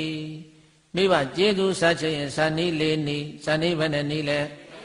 အဲ့ဒီဇန်နီးလေးနီးဖြင့်မိဘတွေကိုကျေးဇူးဆက်တဲ့ကဲပရိသတ်တွေအဲ့ဒါမြန်မာလိုလိုက်ပြီးတော့ဆိုကြည့်ရအောင်တရာမဲ့ညာမိဘနှစ်ပါးတရားပွားအောင်လုပ်ရမယ်တရားမဲ့ညာမိဘနှစ်ပါးတရားပွားအောင်လုပ်ရမယ်နံပါတ်1ကအမေရတရားမရှိဘူးအဖေရတရားတရားမရှိဘူးလူချင်းတန်းနေတဲ့သိဝါဒနာမပါဘူးဆိုအမေလက်ထဲပတ်စံသွားတဲ့အဖေလက်ထဲပတ်စံသွားတဲ့ဒကာကြီးဟိုကြီးအမေအဖေရောဒါလေးလှူရောဒါလေးလှူဟောဒီလိုတရားတရားဖြစ်အောင်လုပ်ပေးရင်ကျေးဇူးကြည်တဲ့နောက်တကူဆိုမယ်အလှမဲ့ညာမိဘနှစ်ပါးအလှပွားအောင်လုပ်ရမယ်အလှမဲ့ညာမိဘနှစ်ပါးအလှပွားအောင်လုပ်ရမယ်မိဘတွေအိမ်မှာသွားပြီးတော့အလှတန်းလုပ်ပေးပါကိုအိမ်မှာလှူတန်းလုပ်ရင်လည်းပဲမိဘကိုဖိတ်ပါဖိတ်ပြီးတော့ဆွမ်းကားမယ်ဆိုရင်လည်းပဲလာအမေအဖေလာဆွမ်းလာကကိုယ်တိုင်ကသာတိကဒါနမိဘကိုအလှနဲ့ကျေးဇူးဆဘာနဲ့ကျေးဇူးဆအလှနဲ့ကျေးဇူးဆတချို့ဒကာမကြီးတွေဒကာကြီးတွေလည်းရှိတယ်မိဘတွေကကတ်တတ်မိဘတွေလည်းရှိသေးတယ်တွေ့ဘူးတယ်ဘယ်အလှတွေမှာလေးဆွမ်းနေပါလေကဟဲ့ဒကာကြီးတွေခေါ်လိုက်ဒကာကြီးတွေခေါ်လိုက်လေဆွမ်းကအောင်နင်တို့ကကလေးတွေဘတော့ကလို့ရတယ်ဒကာကြီးလားအမေဆွမ်းကလိုက်ပါတူတူပဲမထားဘူးဘောကနေပြီးတော့အဖေလာပါတယ်ကလိုက်ပါကွာတူတူပါပဲဘယ်တူလိမ့်မလို့မရတဲ့ရဲ့တဟတိကဒါနဘာဒါနလဲရေသက်ချလည်းဒီတိုင်းပဲအမေရေသက်ချမချပါဘူးချနေတော့မချတယ်တို့လူငယ်တွေတို့ကသေခံနေပြီသေခံနေမလို့လှုပ်ပေးနေတာကုသိုလ်ကတွေ့ဘူးတယ်ခဏခဏအဲ့ဒီကတ်တတ်တဲ့ကောင်မကြီးတွေကကြီးတွေ့ဘူးတယ်သားသမီးကမိဘကုသိုလ်ရအောင်လာပါအမေရှိတို့ပါတရားနာပါရေသက်ခွက်ကိုယ်တိုင်ချပါဆိုလှုပ်ပါညီတို့ပဲလှုပ်ပါညီတို့ပဲညီတို့ကလူငယ်တွေလှုပ်လူငယ်တွေကဘတော့လှုပ်လို့ရသူတို့သေခံနေမလို့သူတို့ခိုင်းနေတာဟုတ်အဲ့ဒါကတ်တတ်ရေသက်ခွက်ဟိုတွန်းထုံဒီတွန်းထုံတခါတခါဘုန်းကြီးကစိတ်မကြည့်ဟဲ့လာရင်မကနေလာရှေ့ဦးလာကစားကိုကဘိုက်ကစားနေပြီစောင့်နေရတာဟုတ်တယ်အဲ့တော့ဟိုလူတွန်းထုံဒီလူတွန်းထုံလှုပ်နေတာဒီဘုန်းကြီးစားတော့ကတ်ခိုင်းမှာဆိုတော်တော်နဲ့မလား အဲ့ဒါရှိသေးတယ်မလုံးနဲ့သာသမီကမိဘကုသိုလ်ရခြင်းလို့ပြောတဲ့ဥစ္စာလာဖို့ထလာဖို့ဘာဖြစ်လဲကတ်လိုက်ဖို့သဟတိကဒါနအလူကုသိုလ်သာသမီနဲ့အတူတူကုသိုလ်လုပ်ရတာမကောင်းဘူးလားအေးအဲ့ဒါလေးသတိထားဖို့ပြောတယ်နောက်တစ်ခုဆိုသီလမေညာမိဘနှစ်ပါးသီလပွားအောင်လုပ်ရမယ်သီလမေညာမိဘနှစ်ပါးသီလပွားအောင်လုပ်ရမယ်အမေဒီနေ့ဥပုံနေ့အဖေဒီနေ့ဥပုံနေ့ဟောဒီမှာထမင်းကြိုင်ပြင်ပြီးရော့ဟောဒီမှာသီလဝဲထည့်ဖို့လို့ပတ်စံ1000ယူသွားရော့ဆိုင်ကားနဲ့သွားသုံးဖို့လာလိုက်ဖို့မယ်ဥပုံနေ့အမေအဖေသီလဆောင်တည်ဖို့လို့စောသောထထမင်းဟင်းချက်ပေးဆုံးအုပ်ပြင်ပေးဒါလုပ်ပေးရမယ်လုပ်ပေးလားမလုပ်ပေးရဘူးလားအဲ့ဒါကျေးဇူးဆနေတာမလုပ်နေတာလဲအဲ့ဒါမြတ်စွာဘုရားလိုချင်တဲ့ကျေးဇူးဆနေပဲတဲ့ပတ်စံတသိန်းသွားပေးထားတာဒါကျေးဇူးအပဟိကကျေးဇူးကုသိုလ်ရအောင်လုပ်ပေးရမယ်ဘာရအောင်လုပ်ပေးရကဲနောက်တစ်ခုဆိုမယ်ပညာမဲ့ညာမိဘနှစ်ပါးပညာပွားအောင်လုပ်ရမယ်ပညာမဲ့ညာမိဘနှစ်ပါးပညာပွားအောင်လုပ်ရမယ်အဲ့ဒီနေရာမှာပရိသတ်တွေဘာပြောတာတော့ဆိုရင်ဒုဗ္ဗေနိပညာသမ္မာရာယသမာဓပေတိနိဝေသေတိပရိဋ္ဌာပေတိဒီအသက်80 80အရွယ်မှတော့သူတို့ဘယ်เจ้าမှသွားထားလို့မရတော့ဒီလောကီပညာပြောတာမဟုတ်ဘူးလောကုတ္တရာပညာလို့ခေါ်တဲ့ဝိပဿနာဉာဏ်ပညာမဲ့ဉာဏ်ဘုံဉာဏ်ရအောင်အခြေခံဖြစ်တဲ့ဝိပဿနာပညာဝိပဿနာဉာဏ်အဲ့ဒါရအောင်ဘာဖြစ်လဲအမေတို့ဖေတို့ကိုတရားအထုတ်ခိုင်းရမယ်ဘာလို့ခိုင်းရမလဲအမေတရားစကားရှိတယ်အေးသွားမသွားချင်သွားပါမရဲ့မပြောတမိလာပြန်ကြုံမယ်သွားရောက်အောင်ဖို့မိဘကလည်းပဲသာသမီငါကျေးဇူးဆန်းနေတယ်ငါသွားမယ်အေးငါသွားမယ်နော်နိုင်တယ်လို့တော့ထိုင်မယ်မနိုင်ပြန်လာမယ်ဒီလိုစိတ်ဓာတ်နဲ့လာတယ်အိမ်ဘော်ကသွားတဲ့ကမသွားချင်ဘလို့မှဆွဲချလို့မရဘူးအဲကြောင့်ဘုန်းကြီးပြောတယ်ဒီအဖွားကြီးတွေဘုန်းကြီးတွေကတန်လိုက်တုံးကြီးတွေလို့ဘာတွေတော့တန်လိုက်တုံးကြီးတွေတန်လိုက်တုံးဆိုတာသူနာသွားတဲ့တန်ချောင်းတော့တန်တူတန်တာအကုန်ဆွဲကတ်တာပဲအဲထိုင်အကုန်ရသားလေးမြည်လေးလာပါအောင်ဖွားဖွားကြီးပေါင်ပေါ်တက်တယ်ဟိုလာပါအောင်တဲ့ပေါင်ပေါ်တက်တယ်တန်လိုက်တုံးလျှောက်ကနေနေတာပဲမခွာနိုင်ဘူးအဲ့လိုဖြစ်နေတယ်အဲ့တော့ဒီမှာတရားစခန်းရှိတယ်တဲ့ဘယ်မှာကြားတယ်တဲ့စုံစမ်းမေးအမေ9ရက်စခန်းနဲ့သွားလိုက်အမေ9ရက်စခန်းနဲ့လိုက်ဖို့ဝေးမယ်လိုအပ်တဲ့ဆေးဝါးယူသွားမိဘကလည်းသာသမီကျေးဇူးဆန်နေတာပေတိတိကတ္တတမလုံးနဲ့အိုးငါသမီးလည်းကုသိုလ်ရငါလည်းကုသိုလ်ဖြစ်တယ်သွားမယ်ဟဲ့မှန်မယ်ဟဲ့ဘယ်နှစ်ရက်မှ3ရက်မှပြီးပြန်လဲရတာဘယ်သူမှစာချုပ်ချုပ်ထားတာမဟုတ်ဘူးမမှန်နိုင်လို့ပြန်ရင်လည်းပြန်ပေါ့မှန်နိုင်ရင်လည်းဆက်မှပေါ့ဒါပြောတယ်အဲ့တော့ပညာဆိုတာပညာမယ်ညာဒုပညာပညာသမ္မာရာယသမာဓပေတိမြတ်စွာဘုရားကသာသမီတွေဟာမိဘကိုကျေးဇူးဆက်တဲ့နေရာမှာ7နည်း4နည်းဘယ်နှနည်းလဲအေးဝိပဿနာဉာဏ်ပညာမဲ့ဉာဏ်ဘုံဉာဏ်ရအောင်သာသမီတွေကဆောင်ရွက်ပေးလို့အဲ့ဒီမဲ့ဉာဏ်ဘုံဉာဏ်ပညာရရင်မိဘပေါ်မှာတင်တဲ့ကျေးဇူးကျေတယ်တဲ့အဲ့ဒါတလောကဘုန်းကြီးကိုတယ်လီဖုန်းနဲ့လှမ်းပြီးတော့မေးတယ်ရှင်ဘုရားတဲ့မိဘကျေးဇူးကျေတဲ့နည်းရှိလားတဲ့ရှိတယ်အဲ့ဒါရှင်သာနာတိကကလည်းစာအုပ်ထုတ်တယ်တဲ့နှုတ်နှလုံးဘုံလုံးကျေပါတယ်တဲ့စာအုပ်ထွက်တယ်တဲ့ဒီပင်ဆရာတော်တွေကလည်းရေးတယ်တဲ့မြတ်စွာဘုရားဟာနှုတ်နှလုံးဘုံလုံးကျေအောင်ဆက်တယ်တဲ့အဲ့ဒါလည်းတပည့်တော်တို့နာရတယ်တဲ့ဟိုမြတ်စွာဘုရားတော်ကနှုတ်နှလုံးဘုံတောင်ကျေဆိုတဲ့ဟင်္ဒရာထွင်ဆိုတဲ့သချင်းကမှားတယ်ဆိုပြီးတော့ဓမ္မဂရိကဆရာတော်တွေဟောတာလည်းကြားဘူးတယ်တဲ့အဲ့တော့မြတ်စွာဘုရားသည်အမေကျေးဇူးအဖေကျေးဇူးဆက်တဲ့နေရာမှာနှုတ်နှလုံးဘုံကျေတယ်ဆိုတာဘယ်စာတဲ့ပါလဲကိုတော့ပြောပေးပါတဲ့အဲ့ဒါနဲ့သူလှမ်းပြီးတော့ကိုကတခါကြီးခဏဆောက်အောင်ဘုန်းကြီးလည်းစာရှားလေအောင်မယ်ဒီတရားကဟောထားတာကြာပြီဆိုတော့မှအဲ့ဒါစာရှားတော့ပရိသတ်အင်္ဂုတ္တပါဠိတော်မှာသွားတွေ့တယ်အင်္ဂုတ္တပါဠိတော်မှာယုတ်ဘုန်းကြီးရွတ်တဲ့ဒုတ်သီလေသီလသမ္မာဒါယမစ္စရိယသာဂသမ္မာဒါယဒုတ်ပင်ကြီးပညာသမ္မာဒါယသမာဓပေတိနိဝေသေတိပရိဋ္ဌာပေတိမိဘကျေးဇူးကျွေးအထူးကိုကြည်နူးတုံငါဆတ်လိုပါမူတရာကင်းပါသီလမဖြူဒရာကင်းပါသီလမဖြူအလိုမပေးကင်းဝေတုတာမင်းနှင်းဖကိုဖြောင်းပြချိုးသာချိုးသားသားနဲ့ပြောအမေတို့ဖေတို့ဖြောင်းပြချိုးသာစေရနာဖြင့်ဒရာစာသာမြတ်တရားနှင့်စုံညာလေအောင်ကြိုးစားဆောင်ကမြားမြောင်ထွေထွေကျေးဇူးကျေမီဒီလိုနီးလေးနီးနဲ့ဆိုင်ကျေးဇူးကျေတဲ့ မြတ်စွာဘုရားနှုတ်နှလုံးမို့လို့ဘာဖြစ်လို့ကြည်တာတော့ဆိုနံပါတ်1အဖေကျေးဇူးအရင်ဆက်တယ်ဘုရားကဘုရုကျေးဇူးအရင်ဆက်ဘုရားဖြစ်ပြီးလို့မိဂရာဝန်တော်ကနေပြီးတော့ဘုရားဖြစ်ပြီးလို့မြတ်စွာဘုရားရာဇကြိုရောက်နေတာဗိမိသာရမင်းကြီးပင့်လို့ရာဇကြိုရောက်နေတာအဲ့ဒါတုတ်တော်ဒနာမင်းကြီးကကာလုဒ္ဒာကြီးအမတ်ကိုတခါတည်းဘုရားတပ်ပင်ခိုင်းတော့မြတ်စွာဘုရားတပေါင်းလာပြင်းနေဖြစ်ပြီးတော့ဝင်လာတာတပည့်လိုပြီးကြွပြီးတော့ကဘုရားဖြစ်တာဘုရားတိုင်ဝါကဆုံလာပြင်းနေဘုရားဖြစ်တာဘုရားဖြစ်တာဘာပဲလောက်ကဆုံလာပြင်းဘုရားဖြစ်တယ်ဝါဆိုလာပြင်းနေမိဂရာအောင်မှာဝါဆိုတယ်ပစ္စယကြီး၅ပါးတရားဟောတယ်ဝါကောင်တော်လင်းဒီညိုတောင်မွန်းတော်ပြားတော်တပုတ်တဲ့တပေါင်းလဲကြာဟောမြတ်စွာဘုရားဘုရားဖြစ်ပြီးတော့လပိုင်းပဲရှိသေးတယ်တပည့်လိုကြွလာကပိလိုကြွလာပြီးတော့ဘာဖြစ်လဲခမဲတော်သုတ်တော်ဒနာမင်းကြီးကိုအဲ့ဒီမှာတရားခေါ်တယ်တရားဟောတာတော့မှသာဖာနေရောဘယ်လိုဖြစ်တုံးဆိုတော့သုတ်တော်ဒနာမင်းကအိုးသားပဲကွယ်ကိုနန်းကိုနေခဲ့တဲ့နေရာပဲအချိန်မပြည့်စားကျင်တဲ့အချိန်လာလိမ့်မယ်ဆိုပြီးတော့ချက်ပြုတ်ထားတယ်ဘုရားဆွမ်းစားမပင့်လိုက်အဲ့တော့မြတ်စွာဘုရားကလည်းမပင့်ရင်မကြွဘူးမပင့်ရင်မကြွတော့မြတ်စွာဘုရားဘာလို့လဲအမျိုးနဲ့ဆွမ်းခံသွားတယ်ဆွမ်းခံကြွတဲ့အခါကျတော့အမတ်တွေကလျှောက်တယ်မင်းကြီးတက်ကြတာကင်ဝင်မျိုးဟာခွက်လက်ဆွဲပြီးတော့မြို့ထဲလိုက်တောင်းနေတယ်ရှက်စရာကြီးတောင်းစားနေတယ်မင်းမျိုးကတောင်းစားရတာမှမဟုတ်ပဲနဲ့ဆိုတော့မှအဲ့ဒီမှာသုတ်တော်ဒနာပရိသတ်ပစိုးမနိုင်အတက်တခါတည်းသားဖယားနောက်ပြေးလိုက်သွားတာကိုတော့ဘာလို့တာလဲဒီဥစ္စာကြည်စဘယ်လောက်ရှက်စရာကောင်းတယ်လဲအောင်မလေးသုတ်တော်ဒနာမင်းရဲ့သားကပါကြီးဝင်မင်းသားဖယားကဇွာတဲ့လှည့်ပြီးတော့တောင်းစားရတယ်လို့ကိုတော့ရေကိုတော့တပည့်တော်မျက်နှာဓာတ်နဲ့တော့လှိပြချင်းတယ်အဲ့ဒါသုတ်တော်ဒနာကသွားပြောတော့မြတ်စွာဘုရားကမင်းကြီးခမဲတော်ဒါရှေ့ဘုရားတို့ရဲ့ထုံနှန်းစင်လာပဲဒီလိုပဲဘုရားဆိုတာဆွမ်းခံစားရတယ်လာကိုတော့မခံနဲ့ဆိုအတင်းလက်ဆွဲလာအဲ့ဒါသားဖားနေရောက်လက်ဆွဲပြီးတော့ရွှေနန်းတော်ခေါ်တာလမ်းထဲတင်တရားဟောလာတာအဖေကိုနန်းတော်မရောက်ဘူးလမ်းထဲတင်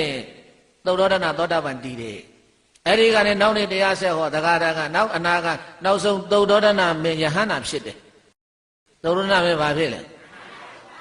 ဲသုတ်တော်ဒနာမင်းယဟန္တာဖြစ်တယ်ယဟန္တာဖြစ်ပြီးတော့လူဝိလူစားနဲ့ပဲသုတ်တော်ဒနာမင်းကြီးကပြိဋိဘံစံတယ်အဖေအလောင်းကိုကပိလို့နေပြီးတော့အပြင်ထုတ်ပြီးတော့မြတ်စွာဘုရားကိုးတော်တိုင်သုတ်တော်ဒနာရဲ့ဇာပနာအဖေဇာပနာဘုရားကိုယ်တိုင်ပြကြအောင်ချတာအဲ့ဒါအဖေလည်းယဟန္တာလည်းဖြစ်သွားတော့မြတ်စွာဘုရားကနေသေးတယ်တဝါနှစ်ဝါသုံးဝါလေးဝါငါးဝါ၆ဝါခုနှစ်ဝါမြောက်တော့မှမြတ်စွာဘုရားတာဝရိန္ဒာတက်သွားတာဘယ်တက်သွားတာလဲငါမွေးတဲ့အမေဘယ်မလဲဆိုတော့မေတော်မာယာကဘိယတိုင်တန်တုတ်တိတနတ်သားတဲ့ဘာနတ်သားတဲ့လဲမြတ်စွာဘုရားဘောဓိပင်မှာမာနကိုအောင်တော်မူကားမှာတန်တုတ်တိတနတ်သားဆိုတော့အဲ့ဒီမှာတည်းကမေတော်မာယာကပါလာတာဗရမ ्या ရက်တောင်ကြီးရပ်ပြီးတော့ကြောင့်ဘုန်းကြီးတို့ရွှေဆောင်းသားငွေဆောင်းသားနဲ့ကြွလာတဲ့အခါမှာဗရမ ्या ရောက်တာကင်နာတဲ့နတ်သားကအဲ့ဒါဘုရားရဲ့အမေပဲတန်တုတ်တိတနတ်သားဆိုတာအဲ့ဒီတည်းကရှိတယ်တန်တုတ်တိတနတ်သားမေတော်မာယာသည်မြတ်စွာဘုရားအလောင်းတော်သိတ္တရမင်းသားကိုဖွာပြီးတော့9ရက်နေမ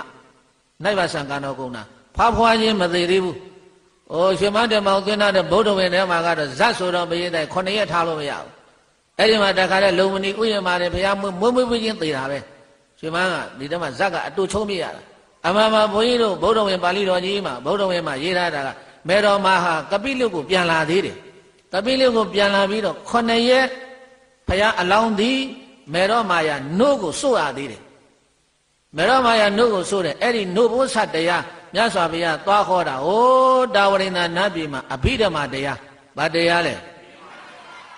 ဲအဘိဓမ္မာ9ကျမ်းအဲ့ဒီမှာတာဝရိန္ဒာနတ်ပြည်မှာအဓိကသွားခေါ်တာကအဲ့ဒီမေတော်မိနတ္တတန်တုတ်တိတမေတော်မိနတ္တလို့လည်းခေါ်တယ်တန်တုတ်တိတနတ္တလို့လည်းခေါ်တယ်ဒီနတ္တကိုအကြည့်မှုထားပြီးတော့မြတ်စွာဘုရားအဘိဓမ္မာတရားသွားတက်ခေါ်တာ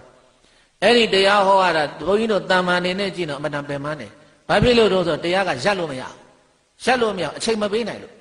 ့ဝါတွင်3လအဲ့တော့မြတ်စွာဘုရားကလူသားဘုရားဖြစ်တဲ့အတွက်ကြောင့်မလို့ဆုံးဖုံးပေးဖို့ရှိတယ်နတ်တွေကနာနိုင်ပေမဲ့လို့ဘုရားကမဟောနိုင်ဘူးဆုံးဖုံးပေးရမယ်ရေချိုးရမယ်ကျင်းကျင်ငယ်ဆုံးရမယ်နတ်ပြည်မှာကုရီမရှိဘူးနတ်သမီးနတ်သားကျင်းကျင်ငယ်မဆုံးဘူးဆိုတော့မြတ်စွာဘုရားဘယ်လိုလုပ်ရတယ်လဲအဲ့ဒီမှာတရားဟောနေတဲ့အချိန်မှာဘုရားကဆုံးခံခြင်းရောက်ပြီဆိုတာနဲ့ဘုရားတဆူဖန်ဆင်းခဲ့တယ်ဘုရားအစ်စ်ကအောက်ဆင်းသွားတယ်ပေါ်ဘုရားအတုကဟောနေတာဘုရားဖန်ဆင်းခဲ့တယ်ဘုရားဒါပေမဲ့နတ်တွေဘယ်သူမှမသိဘူ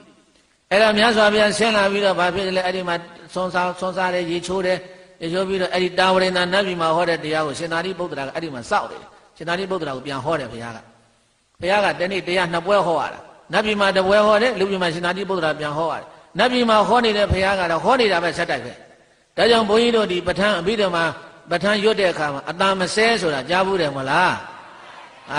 နေရောညရောတန်ဃာတွေအပား20စိတ်လောက်ပြီးအတန်မပြတ်ရဘူးအတန်မဆဲပဋ္ဌာန်းပွဲဆိုတာအဲ့ဒါပါပဲ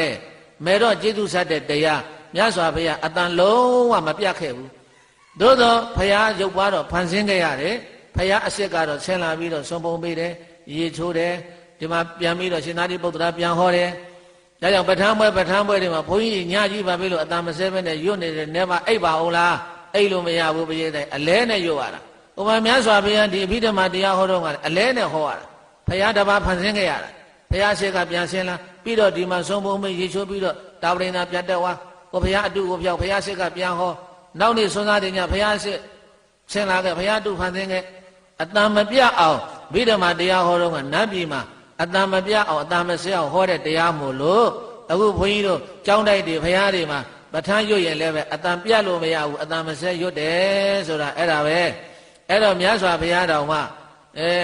6ဝါလုံး9ဝါမြောက်မှာတာဝရိန္ဒနတ်ပြည်တက်ပြီးတော့မိဘရဲ့ကျေးဇူးကိုဆက်ပါတယ်ဒါကြောင့်မိဘကျေးဇူးကျွေးရထုကိုကျင့်နှုတုံငါဆက်လိုပါမူ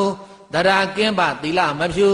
အလူမဲ့ပေးကင်းဝေသုဒ္ဓမိနှင်းဖကိုဖြောင်းပြချိုးတာစေရနာဖြင့်တရာစာသမြတ်တရားနဲ့ဆုံညာလေးအောင်တဲ့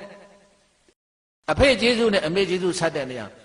သုဒ္ဓရဏမင်းကတော့ယဟနာတိဖြစ်သွားတယ်သုဒ္ဓရဏကဘာဖြစ်သွားလဲမေရောမာယာတဖြင့်လဲတန်တုတ်တိတာနာသကတော့သောတာပန်ပဲတည်တယ်ဘာပဲတည်လဲ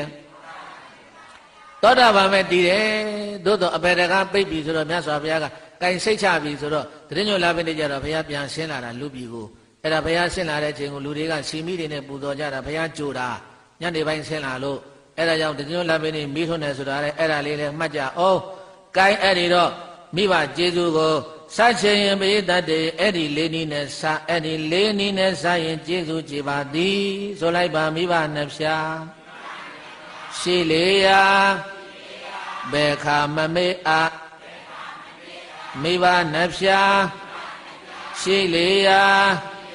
ဘယ်ခါမမေ့အခွင့်သင်္ကာတနိုင်ရာမှန်စွာကျေးဇူးစာအခွင့်သင်္ခါဆနိုင်ရာမှန်စွာကျေးဇူးစာမဆနိုင်ဘူးထားလိုက်ဦးကျေးဇူးမကန်းအားမဆနိုင်ဘူးထားလိုက်ဦးကျေးဇူးမကန်းအားမဆချင်းထက်ကျေးဇူးချက်ဆထက်ဆိုသည်မှာမဆချင်းထက်ကျေးဇူးချက်ဆထက်ဆိုသည်မှာမဆချင်းရင်နေပါတဲ့ပရိသတ်ကျေးဇူးတော်မကမ်းပါနဲ့ကျေးတော်မစွတ်ပါနဲ့ဒါကြောင့်ကျေးဇူးဂုံရှိမြင်လားမိနှင်ဖဗျမကျေးဇူးဂုံရှိမြင်လားမိနှင်ဖဗျမတိသင်္ပါမမကွာပြန်ကားသာဆရေ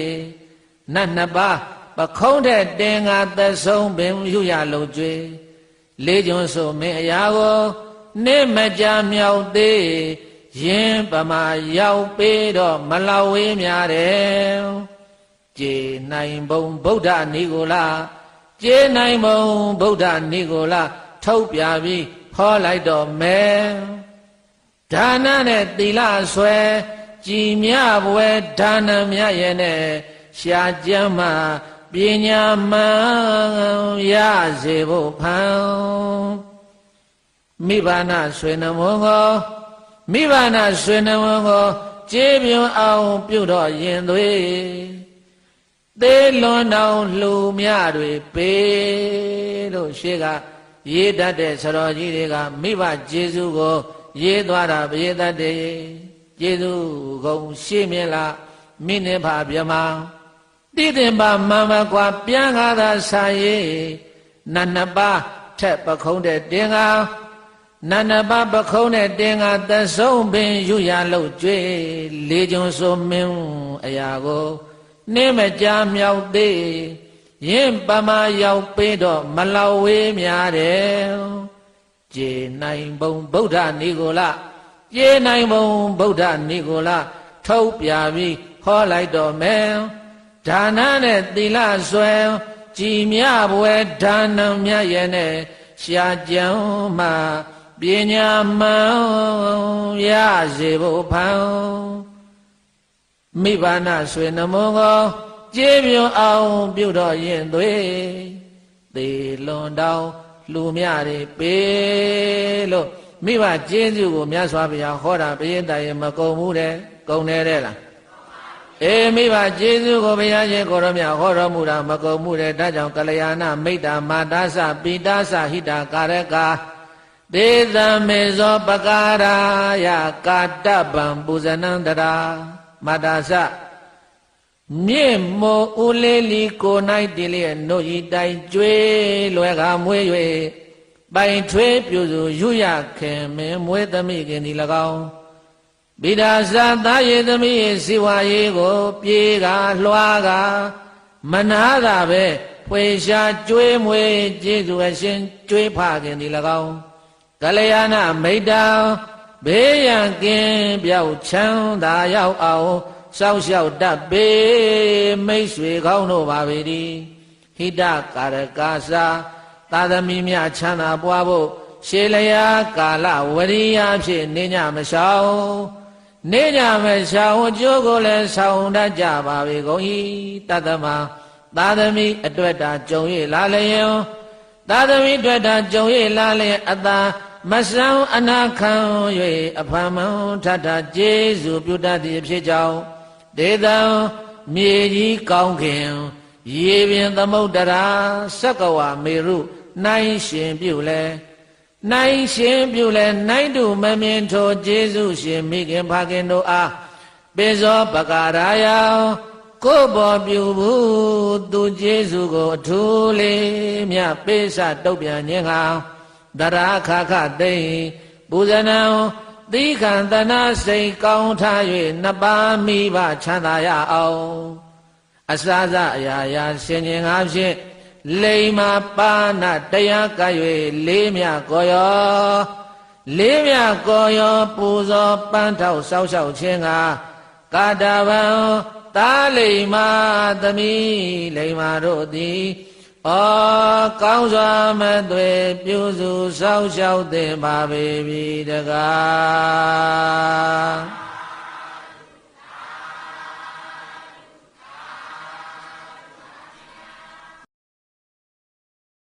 မိဘကျေးဇူးကိုမသိဘဲနဲ့စော်ကားလို့ပိဋိဒုက္ခရောက်သွားပုံယံလတ္တံတေနဒုဗ္ဗထံတိဣမံဓမ္မတေသနံတထာစေတဝနေဝိခရတောထုံလာနန္ဒနာမဘိက္ခုနေအာရဘကထေတိသူဝနာဟန္တဇတ်တော်ဘာဇတ်တော်ဧကသမယံခရဝါရှိတုံးကဘဂဝါဘုံ6ပါးတကယ်ဘုရားရှင်ကိုရောမြတ်ကြီးသည်သာဝတိယံသာဝတိခေါ်တဲ့ရွှေမြို့တော်မှာအနာထပိဏိကသာအနာထပိဂုံသိမ့်ပြန်မွေးရှင်တထေဤအာရမေနှလုံးမွေးလျောပြောပရာကောင်းအောင်ဆောက်လုပ်၍လူရန်အပ်သောဇေတဝနေဇေတုံခေါ်ကြောင်းတိုက်တော်မှာဝိဟရံတော်ယပထလေးလီဖြင့်မြညီရွှင်ပြုံတရင်သုံးစံပဲတော်မူနေတဲ့ခါကာလစီတုံးကယံလတ္တံတေနာဒုဋ္ဌဗန္တိဣမံဓမ္မဒေသနာယလာတံတေနာဒုဋ္ဌဗံဆရှိသောဣတရားဒေသနာတော်များကိုထုံလာနန္ဒာနာမဘိက္ခုနေ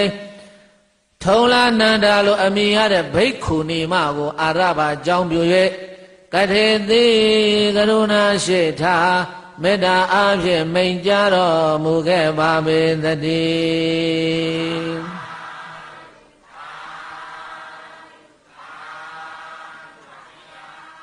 ဗာရာဏသီပြည်မှာဗြဟ္မဏမင်းကြီးအုပ်ချုပ်နေတဲ့အချိန်ဖယားအလောင်းတော်သည်ပုံနာမျိုးမှာဖြစ်တယ်ဘယ်မျိုးမှာဖြစ်လဲဖယားအလောင်းတော်ပုံနာအချိန်တန်အရွယ်ရောက်လူလားမြောက်တော့ပုံနေမှတယောက်နဲ့အိမ်အောင်ကြတယ်တဲ့သမီးလေး3ယောက်ထွန်းကားတယ်သမီးလေးဘယ်နှယောက်မနန္ဒာတဲ့အကြီးသမီးကအလမကမနန္ဒာဝတိအငယ်မကမသုံးတရီနန္ဒာတဲ့ယောက်ျားလေးမပါဘူးသမီးမိန်းကလေးတွေကြီး3ယောက်ထွန်းကားအဲ့ဒီသမီးမိန်းကလေး3ယောက်ထွန်းကားပြီးတော့ဖယားအလောင်းတော်ပုံနာဟာဘိတိုင်ယောဂဝေဒနာတစ်ခုဖြစ်ပြီးတော့အနိစ္စရောက်သွားတယ်ဖယားအလောင်းတော်ပုံနာကြီးသေသွားအောင် သေသွားပြီးတော့အဲ့ဒီဘုရားလောင်းတော်ဟာဘယ်မှာသွားဖြစ်တုံးဆိုရင်သုဝနာလို့ခေါ်တဲ့ရွှေတောင်ကြီးမှာဟင်းသာမင်းသွားဖြစ်တယ်တဲ့။ဘာသွားဖြစ်တယ်တဲ့ခန္ဓာကိုယ်ကလည်းရွှေဟင်းသာမင်းဆိုတဲ့သုဝနာဟန္တဇတ်ဆိုတာသုဝနာဆိုတာရွှေရောင်ဟန္တာဆိုတာဟင်းသာရွှေဟင်းသာမင်းအဲ့ဒါခန္ဓာကိုယ်တစ်ခုလုံးကရွှေရောင်နေတောက်ပြီးတော့အဲ့ဒီဘုရားလောင်းတော်သုဝနာဟန္တာဟင်းသာမင်းဟာဇာတိတ္တရဉာဏ်ကိုရတယ်တဲ့သုဝနာရွှေတောင်ကနေပြီးတော့ဇာတိတ္တရဉာဏ်ရတော့ငါဘယ်ဘဝကလာတယ်လဲဘဝဟောင်းကိုပြန်ကြည့်တော့ဩဗာရာဏသီပြည်ကပုံနာဘဝကသေပြီးတော့ငါဟင်းသာလာဖြစ်တာပဲအဲ့တော့ဗာရာဏသီပြည်မှာဘယ်သူတွေရှိပါတော့လို့သွားပြီးတော့ကြည့်တော့သူ့ဇနီးရဲ့သူ့သမီးကြီးမနန္ဒာရဲ့အလမနန္ဒဝတီရဲ့အငယ်မသုံးတရီနန္ဒာရဲ့ဘုရားလောင်းတော်ပုံနာကွယ်လွန်နေဆာရောက်ပြီးတဲ့ချိန်ကစားပြီးတော့ဒုက္ခရောက်နေကြတာဟာသူများအိမ်မှာသွားပြီးတော့အဝိလျှော်တဲ့လူကလျှော်ရေခတ်ပေးတဲ့လူကခတ်တယ်မုတ်ဆိုးမှသားမိ၃ယောက်လှုပ်ရှားနေရတာဒုက္ခရောက်လိုက်တာတဏှာသွားတယ်ဘုရားလောင်းတော်ကဩငါသမီးတွေကြည်စံအပြိုလေးတွေဖြစ်နေပြီသူများဝစ်ချင်တာသူတို့လည်းဝစ်ချင်မယ်သူများစားချင်တာသူတို့လည်းစားချင်မယ်သူများလှချင်ပချင်အရွယ်သူများအိမ်မှာသွားပြီးတော့စင်စင်ရဲရဲနဲ့ဒုက္ခရောက်နေတာအဲ့တော့မဖြစ်ဘူးငါသမီးတွေငါဇနီးတွေကိုငါတတ်နိုင်တဲ့အကူအညီပေးမယ်ငါခန္ဓာကိုယ်ကရွှေတောင်ဟာရောင်းလို့ရတယ်ရွှေအစ်စ်တောက်ပြီးတော့ပစံရှိတဲ့ပုဂ္ဂိုလ်တွေဟင်္သာမင်းရှိကရွှေတောင်ကိုဝယ်ပြီးတော့အိမ်မှာခုအလှပချိတ်တာတော့ဒီလိုလုပ်မှာပေါ့လေအမှန်တန်လှတဲ့ရွှေတောင်တွေပဲရွှေသားဘဂတိတို့ဖြစ်တယ်အဲ့ဒါနဲ့ဒီသားသမီးတွေပေါ်မှာသမီး၃ယောက်ပေါ်မှာမိဘရဲ့မေတ္တာတိရစ္ဆာန်ဘဝရောက်တာတောင်မှကြီးစမ်းတခါတယ်ဘယ်လောက်ကြီးမာတော့ဆိုတာသမီး၃ယောက်အပြိုတွေအပြိုင်ရိုက်ဖြစ်နေပြီးစားခြင်းဝတ်ခြင်းပဲအဲ့တော့ငါတတ်နိုင်သလောက်ကူညီပေးမယ်ဆိုပြီးတော့သူ့ဝန္တာရွှေတောင်ကနေပြီးတော့ဘေးသက်တွေသူနေခဲ့တဲ့ဘဝဟောင်းကအိမ်ခေါင်မိုးပေါ်ပြန်သွားရောပြန်သွားတော့သမီး၃ယောက်ကလည်းအလောက်ကပြန်လာအမေကြီးအိမ်ပေါ်မှာဟင်းသာလေး80ရာလေးအမေကြီးအေးဟုတ်တယ်တခါမှမလာဘူးဟင်းသာလေးရဲ့မသိဘူးသူတို့ဖေမှဟင်းသာလေးရဲ့လာပါဆိုတော့သိတယ်ဘုရားလောင်းတော်ကဆင်းသွားတယ်အနာတော့ဟင်းသာလေးပွေးတာအဲ့ဒီမှာဘုရားလောင်းတော်ဟင်းသာမင်းကပေးသားရေပြောတယ်တဲ့ငါသမီးတို့ငါဟာနင်တို့ရဲ့အဖေပဲအဲ့ဒါနင်တို့စားဖို့တောက်ဖို့နင်တို့ဒုက္ခရောက်နေတာငါမကြည့်ရလို့အဲ့ဒါလာတာအဲ့တော့နင်တို့ကိုတနေ့ကိုရွှေတောင်မှတခုတည်းခြာပေးမယ်လို့အဲ့ဒီလိုပြောတော့ဟာဝမ်းသာလိုက်တာဘေးသားကြီးဘာပြောကောင်းလဲဘဝဟောင်းကအဖေလာပြီးတော့ရွှေတောင်မှနဲ့သမီး၃ယောက်ကိုလာပြီးတော့စောက်ရှောက်တယ်ဒီနေ့ကလည်းဝမ်းသာပြီးတော့တနေ့ကိုရွှေတောင်တစ်ခုပဲအပေါ်တော့ချမပေးဘူးအဲ့တော့ဒီရွှေတောင်ရောက်ပြီးတော့ဆံလေးပါလေးစီလေးပါလေးဝက်ချက်ပြုတ်စားတော့သူများရဲ့အလုပ်သွားလို့เสียမလို့တော့ဘူးတဲ့အဲ့ဒါနဲ့သားသမီးတွေကကြည့်ပြီးတော့ဖေဟာတို့ကိုတမလွန်ရောက်တဲ့ထီအောင်ကိုလာပြီးတော့ရှောက်တယ်အေးမြို့မတူစားချပေးမယ်လို့အခုလိုလာပြီးတော့ကိုညီတာကျေးဇူးနဲ့တင်ပါရဲ့စားရည်တောက်ရည်လည်းပြည့်စုံပါရဲ့သို့တော်တလိษံဆိုတာလူလိုမဟုတ်ဘူးစိတ်ဓာတ်ပြောင်းရင်ပြောင်းသွားနိုင်တယ်အဲ့တော့ဒီဥစ္စာကနေတိုင်းတနေ့ပုံမှန်လာပေးတာဖြစ်နိုင်ပါမလားသူကတော်တယ်နေတာတို့ကလူသားအဲ့တော့ဒီရွှေတောင်ကိုတစ်သက်လုံးရအောင်ဘယ်လိုလုပ်ရကောင်းမလဲလို့အဲ့ဒီမှာပရိသတ်လောဘစိတ်ဘာစိတ်လဲလောဘရဲ့စိတ်ဝင်လာတယ်သားသမီး၃ယောက်ကလည်းပဲငါတို့ရဲ့အဖေကျေးဇူးကြောင့်ငါတို့ဘဝအနေခံဘဝကလွတ်အခုလိုတောက်ပါမော်ကြွားခွင့်ရပြီဒါပေမဲ့လို့ငါတို့အပျော်ဆုံးနေ့ဟာတနေ့တစ်ချိန်မှာအမဲ့ဆုံးဖြစ်သွားနိုင်တယ်အဲ့တော့ဘယ်လိုလုပ်ရင်ကောင်းမလို့သားမိ၃ယောက်တိုင်မင်းကြတဲ့လောကမှာမယုံနိုင်စရာစမ်းကြဲတဲ့ကံကြမ္မာပြောင်းလဲဆိုတာဘိယတရေပေါ်တာစမြဲပဲတဲ့ဒီတော့အမေလုံးတဲ့ကမာကြီးကသမီးတို့မင်းတို့ရဲ့အဖေဟာဟင်းသာဆိုတော့တလိษံဆိုတာမောဟကြီးဆိုးတယ်တဲ့တလိษံဆိုတာဘာကြီးဆိုးလဲတလိษံဆိုတာမောဟကြီးဆိုးတယ်မောဟကြီးဆိုးတဲ့အတွက်ကြောင့်မလို့မေတ္တတယ်အဲ့တော့မေတ္တတဲ့အမျိုးအခုတတိယလို့ တို့မိသားစုကိုရွှေတောင်းပန်တနေ့ကိုတခုချပေးနေပေမဲ့လို့တနေ့ကျရင်မေ့သွားရင်ဓမ္မမို့ရင်အကြောင်းတစ်ခုခုကြောင့်ပြက်ကွက်ခက်ရင်ငါတို့ခက်မယ်ဒီတော့မနေ့ပြန်လာရင်လေသမီးတို့အဖေရွှေဟင်သာမင်းရဲ့တောင်းပန်တွေကိုအလုံးဝိုင်းပြီးတော့နှုတ်ကြစို့တခါတည်းတထေးဖြစ်အောင်လုပ်ကြစို့လို့အမေကပရိသတ်အကြံပေးလိုက်ရောဘသူကအကြံပေးလဲအေးအမေကကြံပေးတဲ့အခါကျတော့အမေကဘယ်လိုကြငါတို့တထေးဖြစ်အောင်နဲ့ဘာဖြစ်အောင်နဲ့လဲငါတို့တထေးဖြစ်အောင်လုပ်ကြဆိုလို့အမေကကြံပေးလိုက်တော့တထေးဆိုတဲ့အမေပေးတဲ့အကြံကသမီး၃ယောက်ရဲ့လောဘကိုလှုပ်ခါလိုက်သလိုပဲတဲ့တခါတည်းအဲ့ဒီမှာသမီး၃ယောက်ကလည်းရွှေတထေးရွှေတောင်ပန်တွေပိုင်ပြီးရွှေတထေးဆိုတဲ့မောဟအမိုက်ကဖခင်ကြီးရဲ့ကျေးဇူးကုံကိုအဟုန်ပြင်းပြင်းနဲ့တိုက်ကြတော့မယ်ဒါနဲ့နောက်နေ့ရောက်လာတော့အလောင်းတော်ဟင်သာမင်းကြီးပြန်ဝဲလာနေပုံကဒီနေ့ဟာအလှဆုံးပဲတဲ့ဒါနောက်ဆုံးနေပဲဒါနောက်ဆုံးနေပဲခါတိုင်းနေတဲ့တောင်လှသေးတယ်ပြန်လာတာသူ့ဝနာရွှေတောင်ကတောင်ပန်လေးဝဲလိုက်အိမ်သုံးလေးချိန်ပတ်လိုက်မသိဘူးအလောင်းတော်ကဘုရားအလောင်းတော်ကမသိဘူးဒီမှာသမီးသုံးအောင်နဲ့ဒီအဖွားကြီးနဲ့ကြံနေတာဒါတထေးဖြစ်အောင်ဒီနေ့အပိလို့တော့မှာအဲ့ဒါနဲ့ရွှေတောင်ဝါရှင်ဟာပရိသတ်တည်းသူ့ရဲ့နောက်ဆုံးနေ့ကိုမသိသလိုမျိုးနဲ့နားနေကြအိမ်ခေါင်မိုးစုံမှာလှလှပပညင်ညင်သာသာလေးနားပြီးတော့ခါတိုင်းလိုပဲပေါ့ရွှေတောင်ဝါချပြီးတော့ပြန်မယ်အောက်မရှင်းဘူးခါတိုင်းလက်တွေလိုပဲခေါင်မိုးပေါ်နားပြီးတော့ရွှေတောင်ဝါလေးချွတ်ချပေးပြီးတော့ပြန်သွားတာ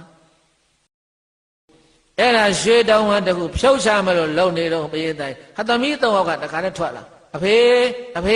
ဟောအောက်ကနေလမ်းခေါ်သမီးတို့နားကိုပြန်လာပါသမီးတို့နားကိုလာပါအောင်အကြံရှိလို့ဘာရှိလို့လဲသမီးတို့နားကိုပြန်လာပါအောင်သမီးတို့အဖေကိုစားတော့တင်တဲ့အခါကျွေးမွေးပြုစုပါရစေလို့စေရနာပါလို့မဟုတ်ဘူးပရိသတ်ရစရာရှိလို့စေရနာပါလို့လားရစရာရှိလို့လားအေးဒီနေ့လောကမှာလည်းဒီလိုပါပဲအမေဖေရှိကအမွေကြခြင်းတော့ဖြင့်နေမကောင်းဖြစ်တာနဲ့လာပြီးပြုစုကြယူရကြဟမ်ငါပြုမယ်သူပြုမယ်နဲ့အမှန်မှာကတော့ပရိသတ်ရဲ့နားတဲ့ကစိတ်နဲ့ကမျက်စောင်းထိုးပြီးသားအိမ်ကရံမျက်စောင်းထိုးပြီးသားကားမျက်စောင်းထိုးပြီးသားအမွေလဲခွဲပေးလိုက်ရောပရိသတ်ရဲ့ပြုစုမဲ့သူတွေကင်းတယ်တဲ့အလောင်းတော်ဟင်သာမင်းကြီးကလည်းပဲဩငါသမီးလေးတွေမိဘမေတ္တာဆိုတာကြည်သားဒီချိန်ထိအောင်ငါသမီးလေးတွေမျိုးမတူစားခြားဘဝကိုရောက်နေတာတော့မှငါ့ကိုတန်ရောစဉ်ရှိတယ်ငါကျေးဇူးတရားကိုတတိယပြီးတော့နှွေးနှွေးထွေးထွေးနဲ့နေကျင်ကြတာပဲလို့မေတ္တာတရားကြီးမားစွာဖြင့်သာသမီးတွေရဲ့လက်တွင်ကိုညင်ညင်သာသာလေးတဆင်းလိုက်တယ်သမီးတွေကခေါ်တော့ဘဝချင်းဇက်ချင်းမတူပေမဲ့လို့သူတို့ငါပေါ်မေတ္တာရှိတာပဲလို့မိဘဆိုတာဒီလိုပဲကောင်းတဲ့ဘက်ကလှည့်တွေးတာပဲပြည့်သားအဲ့ဒါတခါတည်းညင်ညင်သာသာလေးလက်ထဲဆင်းတယ်လဲဆိုအသက်ဆောက်ပြီးတော့အလစ်ချောင်းနေတဲ့မယားဟောင်းကကျေးဇူးကမ်းတဲ့သားသမီးတွေကဟင်းသာမင်းကိုတင်းဝင်ဖမ်းပြီးတော့အိမ်ခန်းထဲသွင်းလိုက်ဟောဘယ်ထဲသွင်းလိုက်လဲအိမ်ခန်းထဲသွင်းတကားပိတ်ပရင်ပေါက်တွေအကုန်ပိတ်ထွက်လို့မရတော့ဘူးဘုရားလုံးတော်ဟင်းသာမင်းကြီးထဲမှာအဲ့ဒီမှာပရိသတ်တွေဝိုင်းဖမ်းပြီးတော့အမွေနှုတ်သမီးအလကနှုတ်အကြီးမကနှုတ်အငယ်မကနှုတ်၄ယောက်နဲ့တကောင်ပဲဘယ်လိုလုပ်နိုင်မလဲလို့နိုင်မလားပရိသတ်ရဲ့အရှင်လလအမွေနှုတ်အတောင်ပြက်ခံနေရတာနာကျင်ခံခဲ့ပေမဲ့ဘုရားလုံးတော်ရွှေနာမင်းကယုံကံပြန်သားဖို့လည်းမကြိုးစားနားလည်းရခက်တယ်အမလေးအံ့ဩလိုက်တာနားလည်းရခက်ချင်းအံ့ဩခြင်းဆိုတဲ့အကြည့်တွေနဲ့မယားတဲ့သမီးတွေကိုကြည့်ပြီးတော့မျက်ရည်တွေကျလာတယ်တဲ့ဘုရားလောင်းတော်ကြီးမျက်ရည်ကျတို့တို့လေးတွေရဲ့ဆင်းရဲတဲ့ဘဝတွေကိုကဲတင်မိလို့ငါ့ကိုနိနိကာကကျေးဇူးဆန်နေကြတာ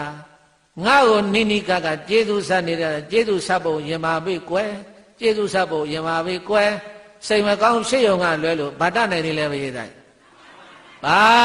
မှမတနိုင်ဘူးအမေလှုပ်တဲ့ဒကမာကြီးကသမီးတို့မြန်နှုတ်ကြ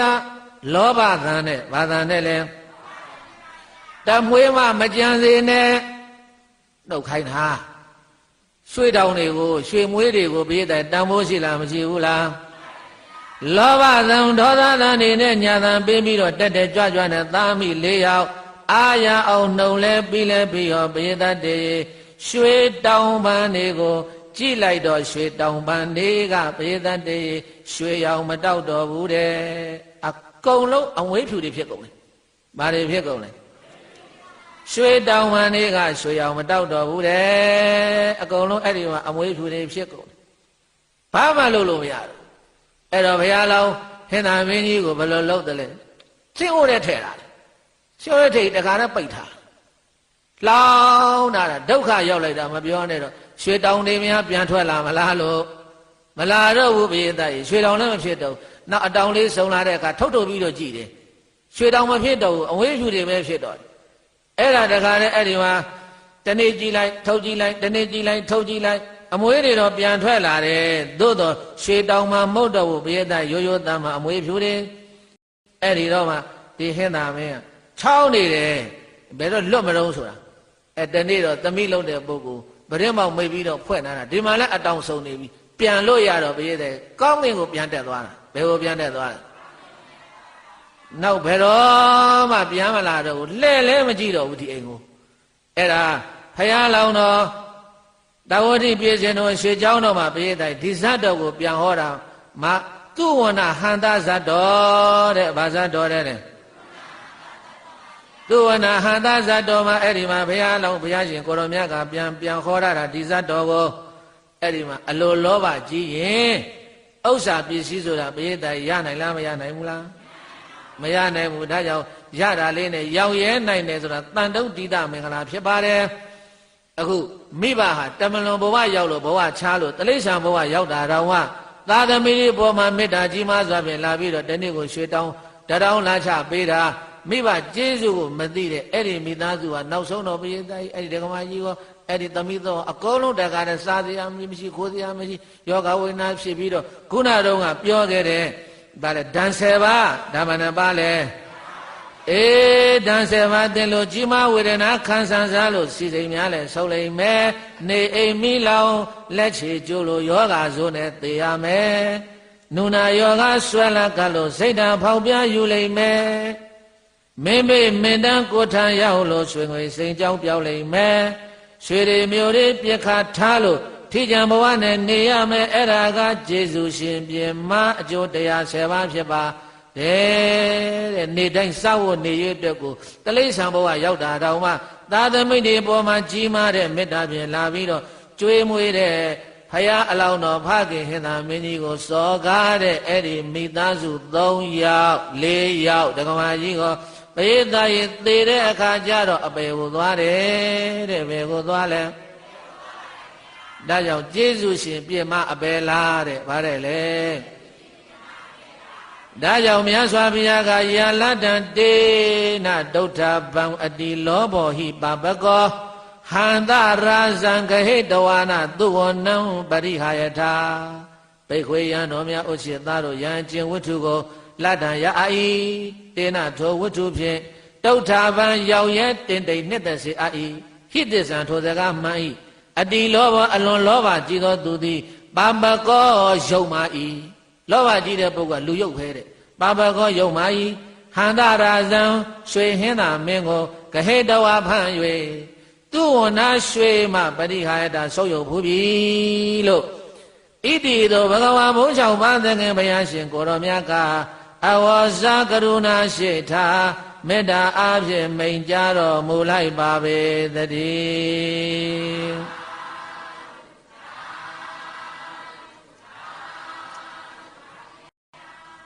ဒါကြောင့်ကျေးဇူးအထူးရှိသောမိဘနှစ်ပါးပေါ်မှာကျေးဇူးတရားဆန်းနိုင်ကြပါစေဒီနေ့စွန့်တကစွန့်မှနဲ့အလုံးပေါ်ငွေပင်ငွေလှူထမ်းကြကြကုန်သောပရိသတ်ပေါင်းသူတော်ကောင်းတို့မိဘတွေဥထိတ်ထားတာကောင်းပါတယ်မိဘတွေကုသိုလ်ရအောင်လုပ်ပေးတာကောင်းပါတယ်မိဘရည်စူးပြီးတော့လှူဒန်းတာကောင်းပါတယ်ဒါကြောင့်မိဘရည်စူးပြီးတော့လှူဒန်းတဲ့ဒီဆွမ်းကပွဲမှာဒီနေ့ဟောတဲ့တရားပရိသတ်မိဘကျေးဇူးဆက်တဲ့တရားအဲ့ဒီလိုသမီးမိုင်မျိုးကတော့လောကထဲမှာမရှိထိုက်ပါဘူးတဲ့ရှိထိုက်သလားတမလွန်ဘဝရောက်လို့လာပြီးသူတို့ကိုပြန်ပြီးစောက်ရှောက်တာတောင်မှအဖေကျေးဇူးမသိပဲနဲ့ပြောထားပြီးသားနင်တို့အဖေငါဘဝဟောင်းငါနင်တို့အဖေ ပြောလားမပြောဘူးလားဒါသူကျေးဇူးလားသားသမီးကိုချစ်လွန်းလို့ရွှေတောင်းလာလာချပေးအဝေးကြီးပြန်လာရတာသုဝဏတောင်းဟုတ်ဟိမဝန္တာဘက်မှာနဲ့ခရီးမဟုတ်ပြန်လာရတာဒီသားသမီးချစ်တဲ့မေတ္တာစိတ်နဲ့တိရစ္ဆာန်ဘဝရောက်တာတော့မှဖခင်ရဲ့ကျေးဇူးကိုမသိပဲနဲ့လောဘဒေါသတွေကြီးပြီးတော့အဖေရွှေတောင်းလေးကိုနှုတ်ပစ်တာနောက်ဆုံးတော့ဘာဖြစ်လဲပြေးတဲ့ကိုလောဘကကိုပြန်တတ်တာနှုတ်လိုက်တိုင်းရွှေတောင်းတွေမဖြစ်ပဲနဲ့အကုန်လုံးအမွေးဖြူတွေဖြစ်ကုန်တော့ဘာမှလည်းရောင်းစားလို့မရတော့ပြန်ပေါက်လာတဲ့အတောင်ကလည်းပဲအမွေးအဖြူတွေပဲဆိုတော့ဘာမှလုပ်မရတော့ဘူးအဲ့ဒါကျေးဇူးရှင်ပြင်မှာနောက်တို့မိအိမ်လေးမိတွေလောင်းဒုက္ခတွေရောက်လိုက်တာမပြောနဲ့သေတော့လေခွေးသေးဝက်သေးသေးပြီးတော့အပယ်သွားတယ်တဲ့ဒါကြောင့်ကျေးဇူးရှိတဲ့ပုဂ္ဂိုလ်ပေါ်မှာမိဘနှစ်ပါးပေါ်မှာကျေးဇူးမကမ်းဖို့လို့ယောမတရဝါပိတရဝါမေဇောဓမေနဘောတတိဒေဝပိဏပတံတန္တိမာတာပိတိပရဏရံမြတ်စွာဘုရားနောက်ဆုံးဟောတဲ့ဒေသနာတော်ပရိသတ်တွေယောမေဇောအနန္တကုံကိုလုံးခြုံ၍နိတုံရွှေစဉ်ကြည်လင်များနိုးမြို့ယုံအစစ်ဖြစ်ပေပြီးတောင်းအကျဉ်မျိုးကောင်သားသည်မာတရဝါကျေးဇူးဂုံရှင်မွေးမိခင်ကို၎င်းပိတရဝါကျေးဇူးဂုံရှင်ကျွေးဖခင်ကို၎င်းဓမေနမိစ္ဆာမပါ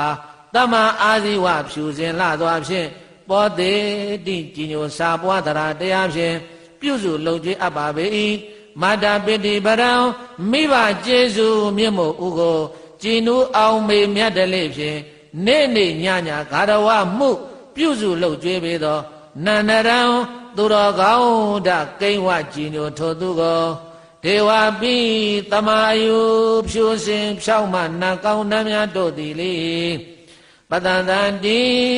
ဘဝလျံအောင်ချင်းမွန်ကြလေကုန်၏တိကိစ္ဆန္တိဘေးရန်ယောဂသိရောက်လာလေကိုမမခကင်းစင်ပါအောင်စွမ်းဆောင်ကုသဖေးမှကူညီကြလေကုန်မည်တကား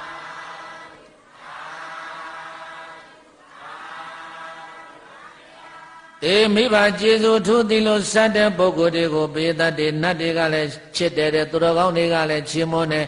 နောက်ဆုံးမှာတဲ့ယောဂဝေဒနာဖြစ်ရင်နောက်မှာနတ်တွေဆေးကုမယ်တဲ့ယောဂဝေဒနာဖြစ်ရင်နောက်မှာဘာဖြစ်လဲပဒံတန်တိဘဝလျံအောင်ချင်းမွန်ကြလေကုန်တိကိစ္ဆန္တိ